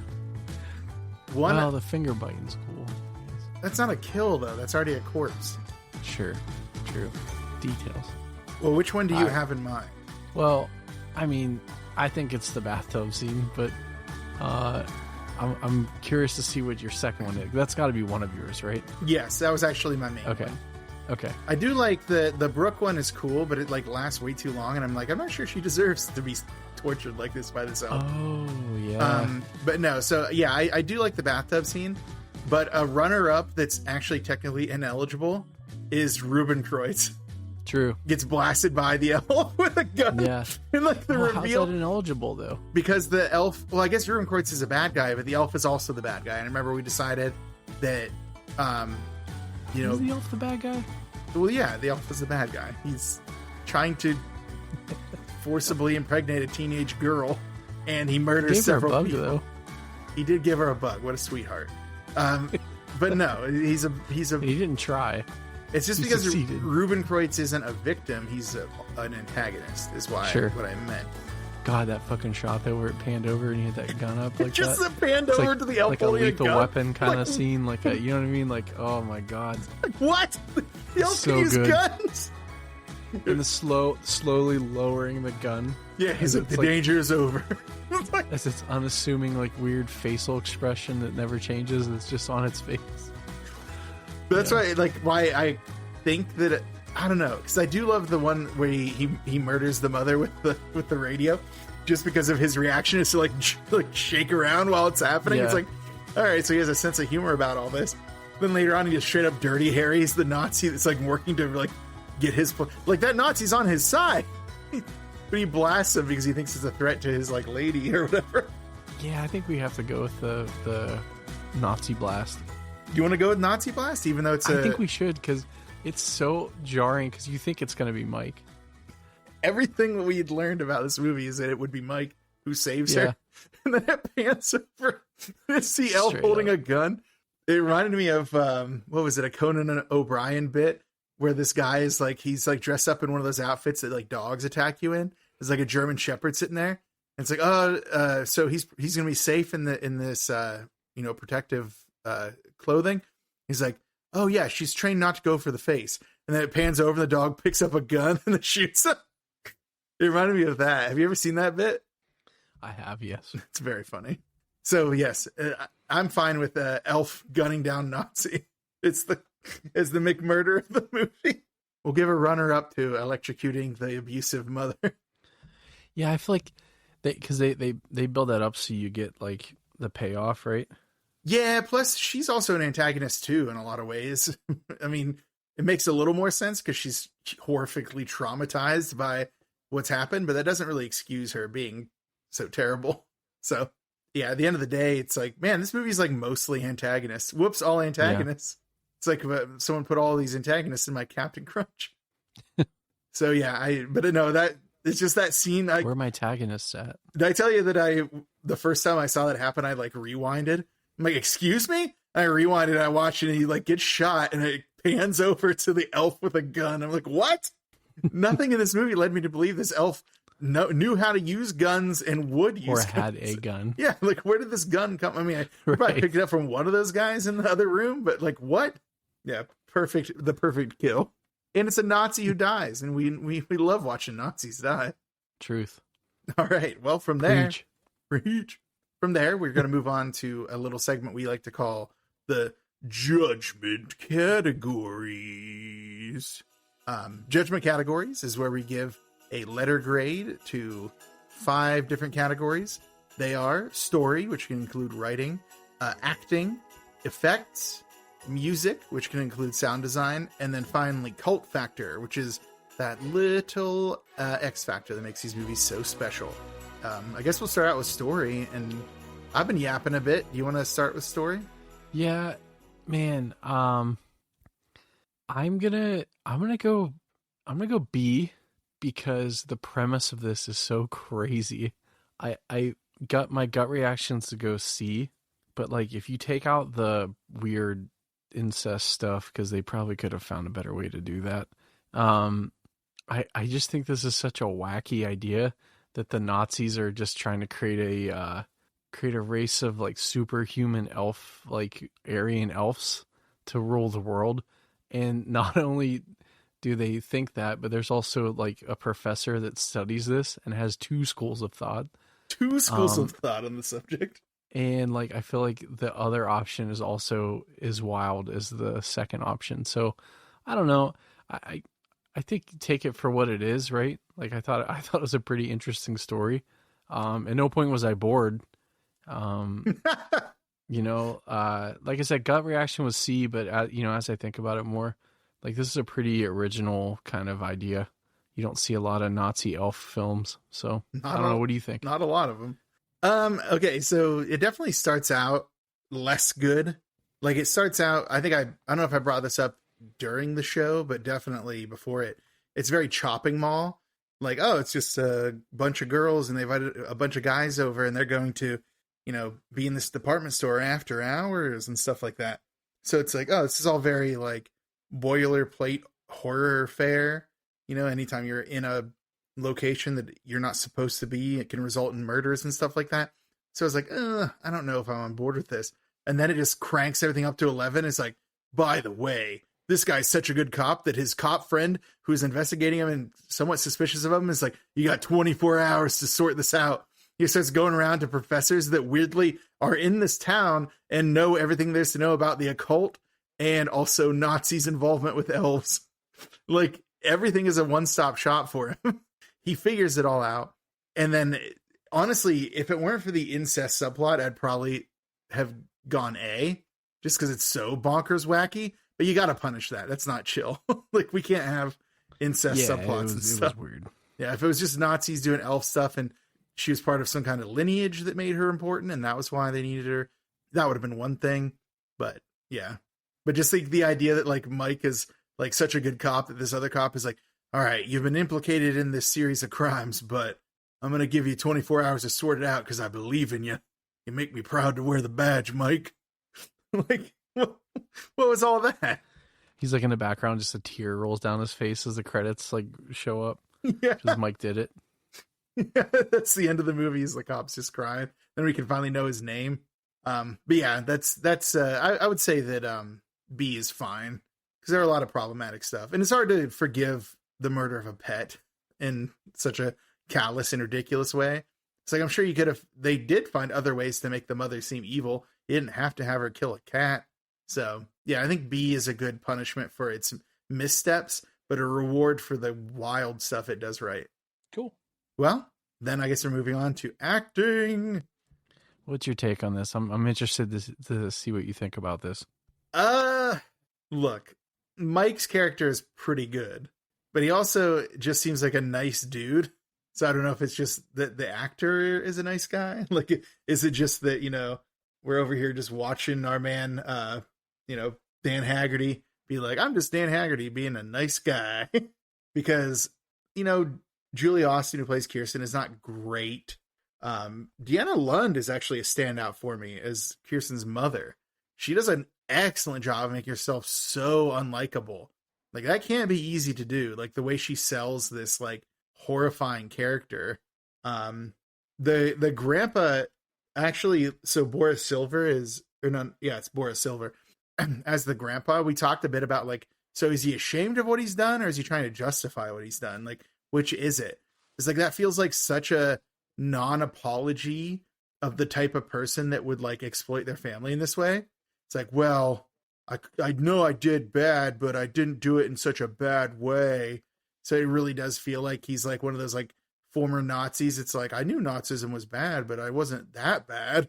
Like, that when you hear about the Nuremberg trials and the things they said to try to justify themselves. So I feel like that was a choice, and I think it was a good one. But beyond that, Kirsten's friends are kind of annoying.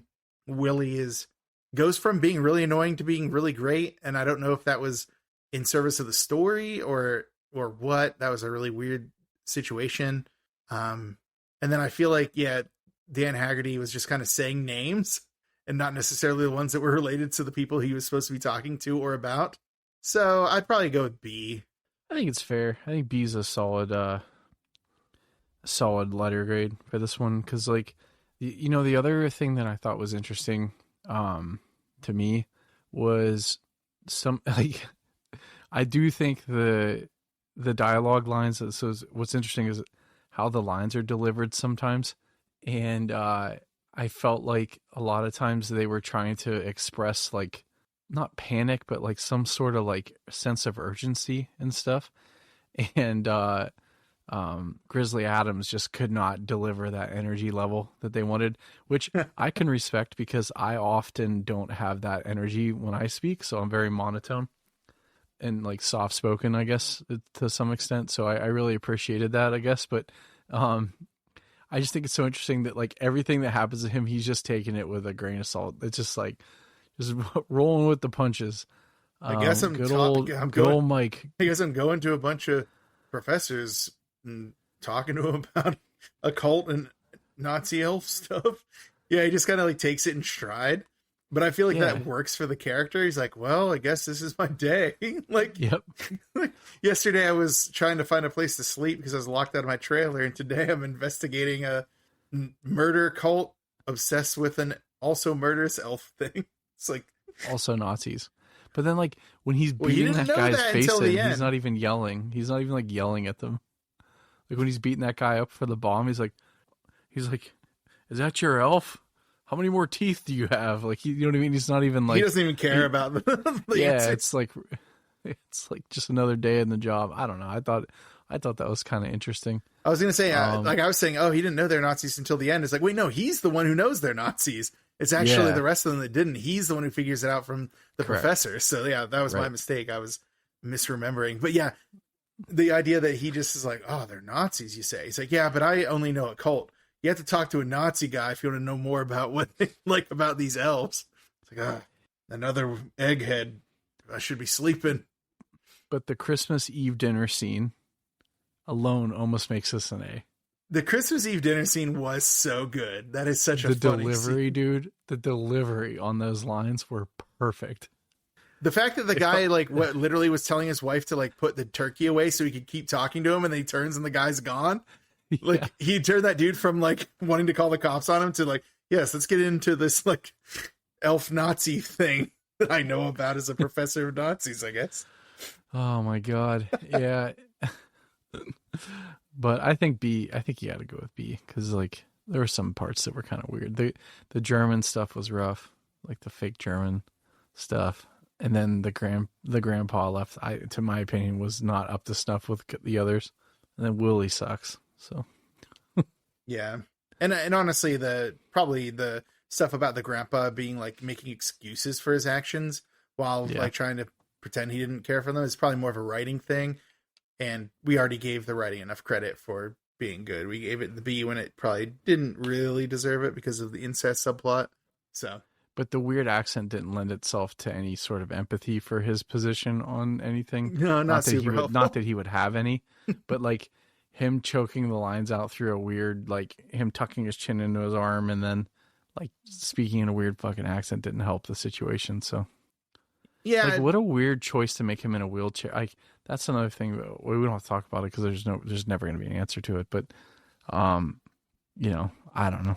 Was the actor wheelchair bound? I don't know. I don't know. I don't think so. So, yeah. Well, B for acting it is then. Next up is effects. Oh boy. Shane, I don't think it's going to do well here. Yeah. That elf was rough. It was pretty plasticky. Yeah, They did some cool stuff with it walking. Right. But I feel like some of the moments that stuck out to us are almost because of how expressionless it was. Like it was funny when the electricity was or the electrocution was happening. It was just like shaking back and forth, but it wasn't changing its face at all, really. And then like whenever it like shot the guy and then it cuts to him, he's just like standing there like clearly a puppet holding a gun. I'm like, what?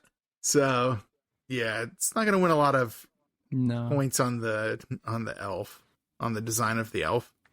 Yeah, I think that like even like the after effect on the bathtub was kind of weird. Like when the electrocution stuff, I don't know. It was just weird. The weird explosion stuff that didn't work.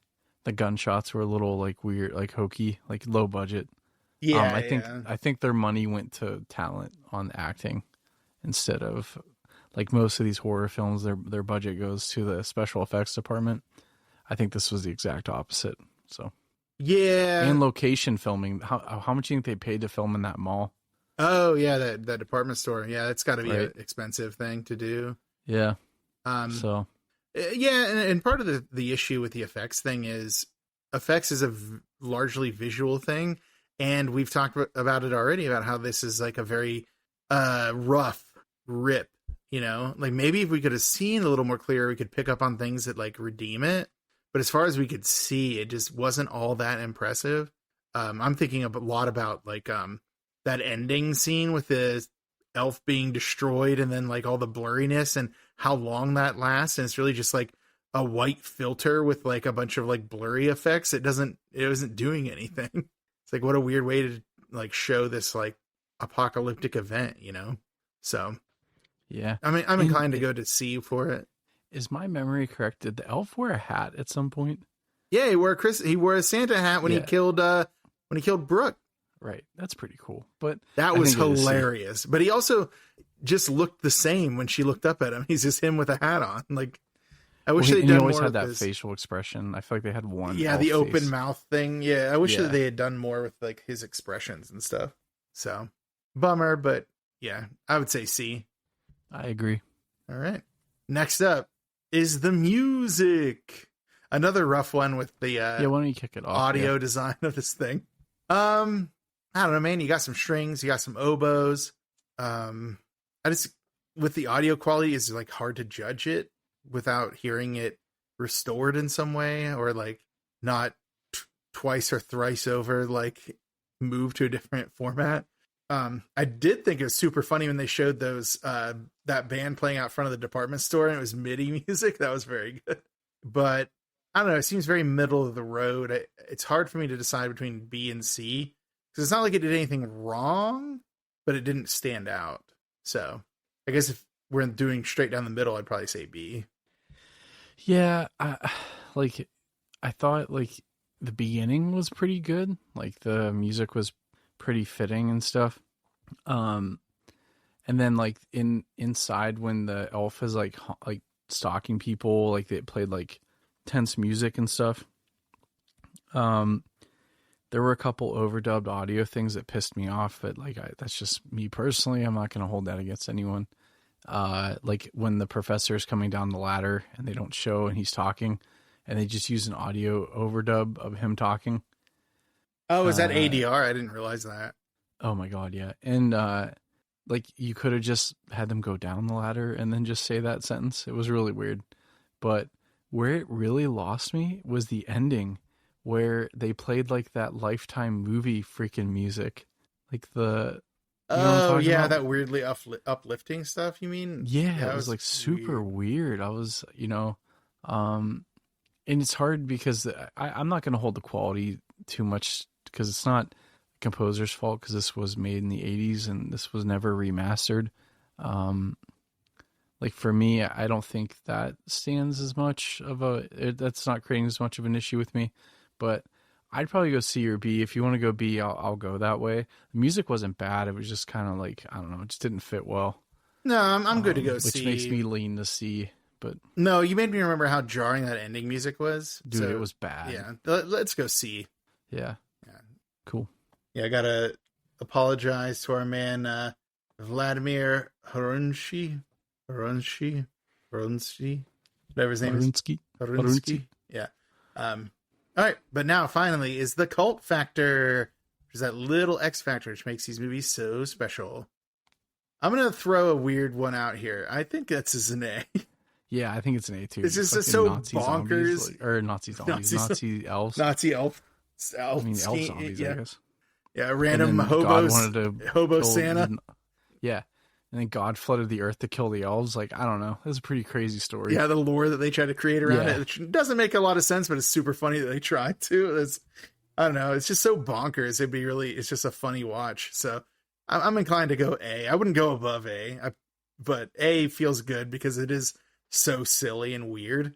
Like once you get past like the depravity of some of the elements of it, it ends up being pretty silly and fun. Cool. All right. We did A. A for cult factor. And that's it, Shane. Oh, wait. We have one more thing. There's more. There's more. It's Elves. Now time for our Hat on a Hat, our last little segment that we do that, maybe we don't need it, but whatever. It's our thing. We can do what we want. It's called the D-roll. The D-roll is where we slot the movie into one of our categories, which is cult classic, B-movie, grindhouse, or trash. Trash, hopefully we will never bring you, but, there's only so many movies in the world. It might happen. So, how are you feeling about our D-roll category, Shane? This is a tough one because every fiber of my being is like B-movie, but there's some star power here. There's some really crazy scenes that happen. It's like one of those bad good movies, right? Or good bad movies. It is definitely a good bad movie, yeah. And we've penalized movies for this in the past and taken them down to a B movie. But there's just something about how wacky the story is to me. Like, I think this needs to be a cult classic. And like no one talks about this movie. Like I'm sure some people do, but like you can't find this anywhere. So I don't know. I think it's a cult classic. It's so weird. All right, I was going to go B movie just because of all of the trigger warnings we had to give, like content warnings. True, that is true. But it is hard to come by. It's never been given a wide release, and that sort of factors into whether or not a movie is a cult classic, is availability. And no one's ever championed this thing. So even though we gave it pretty low marks on all of the elements, there is a zaniness and a wildness that makes it like just worth the... Get through the first 20 minutes and you'll have a great time is what I would say. So like, hear me out on this, the trigger warning stuff. There's only one scene that all the, like the words, like it's all vocalized except for one thing, and the cat. So like, I feel like a lot of other horror directors would have went way too far with this concept, and showed things that they probably shouldn't have, or would have regretted later, hopefully. So like, I no, think it's very obvious she's not actually killing a cat. Like, right. Yeah. But I mean, like even the other stuff, like I've like, it could have done flashbacks to things like there's a lot of terrible things that could have been created out of this and shown. Like I felt like this one like was like on a downhill pace towards trash quickly. And I think they avoided it narrowly.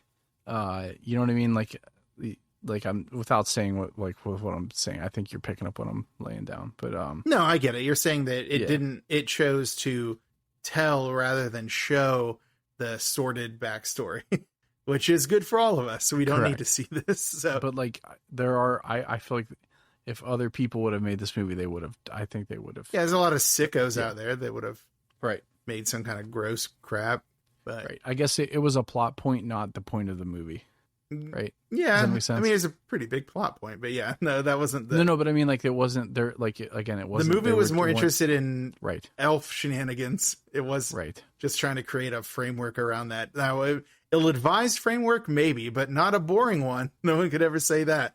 Right. So yeah, no, I'm fine with cult classic. Let's do it. Let's take a run on it. We can always revisit it later if we marinate on it a little longer and we're like, never mind. But it is just that bonkers, that difficult to find. Like someone out there just like get us a nice like remastered version of this thing and let us see how it works out. You almost hurt your chances though by telling me what she actually said at the end. Like kind of unchill of her, but it was 1989, so it was a different time. All right, well then we're going cult classic for Elves of 1989. Well, any final thoughts as we come to our close here, Shane? Or shall I just introduce our next movie immediately? No, I think this is on YouTube. The quality is very bad. I'm not saying you should go watch this because probably the more attention this thing gets, the more likely it will be taken off of YouTube. But it's been on there for a couple of years and no one said anything. Like 3 years. So yeah, so definitely check it out. I think it's worth a watch. Grizzly Adams is Grizzly Adams, so he delivers. Watch it at night or in an incredibly dark room. yeah, incredibly dark. I don't recommend the phone. The sound is better on the phone, but it's clearly so hard to see. The sound is better, but yeah, right. Geez, yeah. So yeah, and also like we said though, like there is a bunch of salacious subjects broached, but nothing is like actually happening. It's just all like backstory stuff, and there is the murder of a pet, but again it's like not shown using some effects, and then they just imply it, or they don't imply it. Like I don't know, it's hard to explain because you show the lady trying to kill what you think is probably the cat based on an earlier scene, but like obviously it's not what's happening, but it can still be troubling, so just consider that. All right, well then I guess I'll introduce our next movie now. I'm pumped. Keeping up the theme of winter, if not the theme of Christmas, since the holiday seasons will be over whenever this next episode comes out. And as annoying as the run-up to the holiday season can be, the worst part is the parts of winter afterwards. It's like, oh, so now we have nothing to look forward to, just months of cold? This is the worst. So we decided we're going to keep the winter theme going by doing Winter Beast. And that's how you have to say it, folks. So if you're telling your friends about this movie, you have to say it like that. Okay. It's canonical. Winter Beast. So Winter Beast it might be one of the craziestly bad looking movies we've ever seen, which is why we're doing it. It's the winter theme. It's just got to be gross. I watched it on a whim, and let me tell you, number one, it's later than any movie we've ever done. This is 1992. Yep. Does it look like it's 1992? No. Not at all. 72 maybe. So much stop motion is used in this thing. It's like, and not even like Ray Harryhausen style stop motion. It's a nightmare. There's no continuity to it. There's so much of it doesn't make sense. We're doing it. We're doing it. Winter Beast. And if you're, I was going to say where it's streaming. Good. Okay, it's streaming only on Tubi as far as I know. So run, don't walk to your local Tubi to watch this guy before it gets taken away from us forever. Because I don't know how else you could get a hold of it. And if you're watching this and you're like, what? Like you're sitting there like, did I miss something? Or like, what is going on? No, you're watching the correct movie. No, it's like we talked about the Spookies being like a stitched together movie. No. This is a stitched together movie. Winter Beast, dude, it feels like, I don't know if any of those plots come together in any meaningful way. Nope.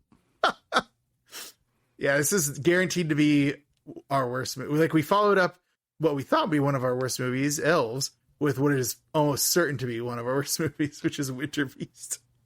Yeah, but like, I feel like bad and amusing can go together, but then there's just bad and boring, which is Death Ship. So like, I don't know. We'll see. I don't know. Is it going to dethrone Death Ship? You're going to have to tune in to find out. I don't think it will. It's so much I don't think sillier. it will, because I've seen it. So, but spoilers.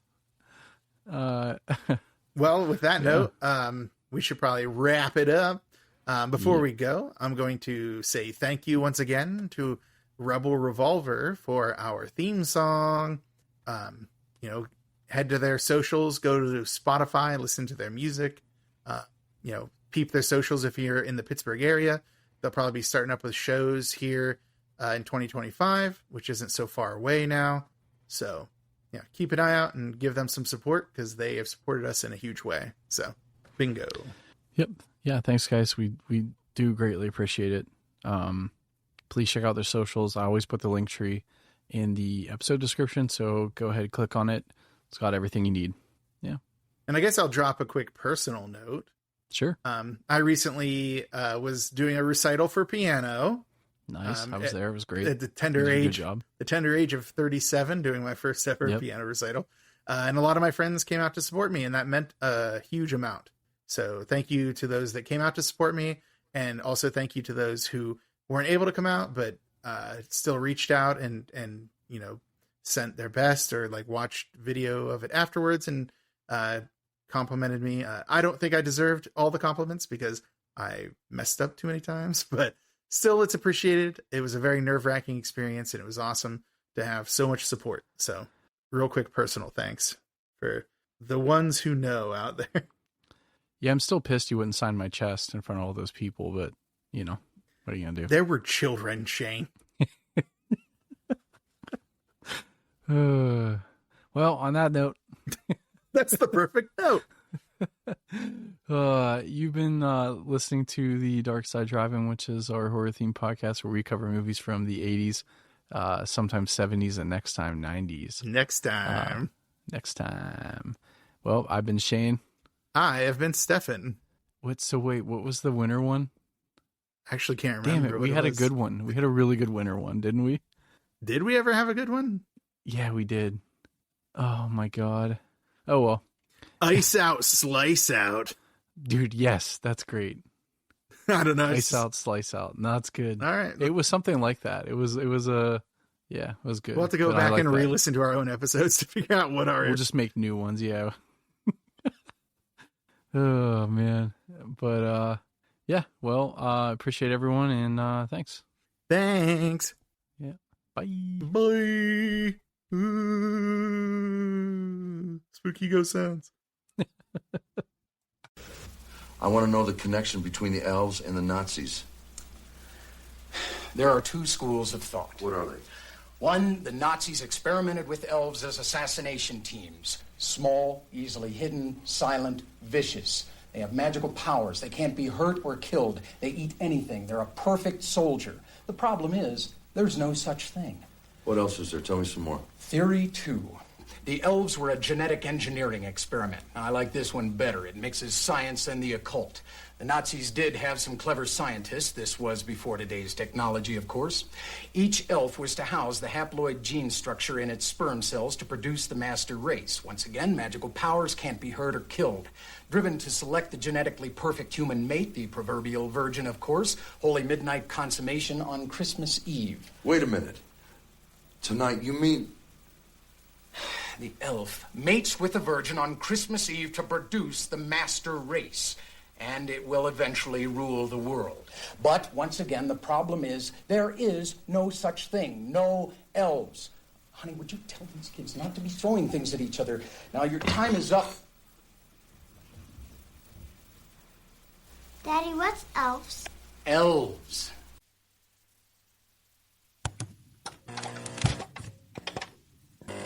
He thought he was in control.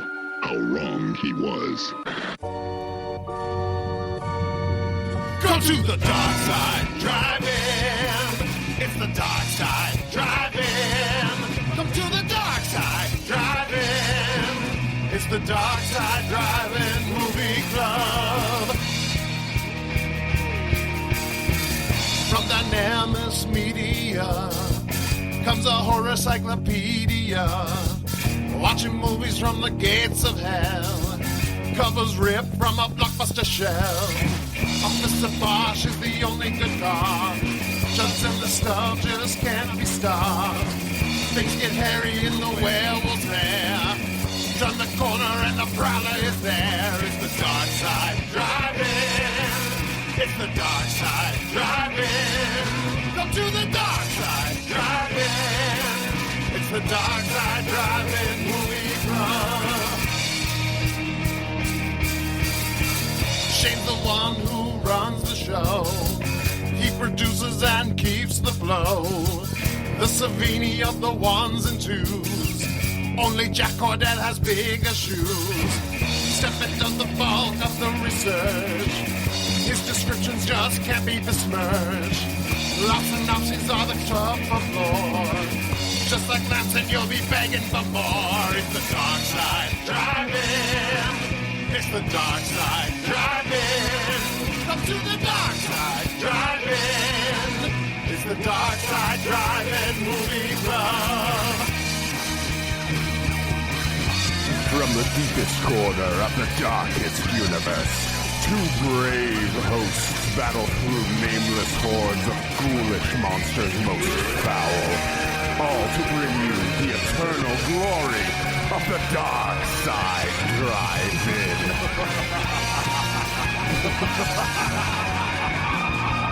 It's the dark side, drive-in.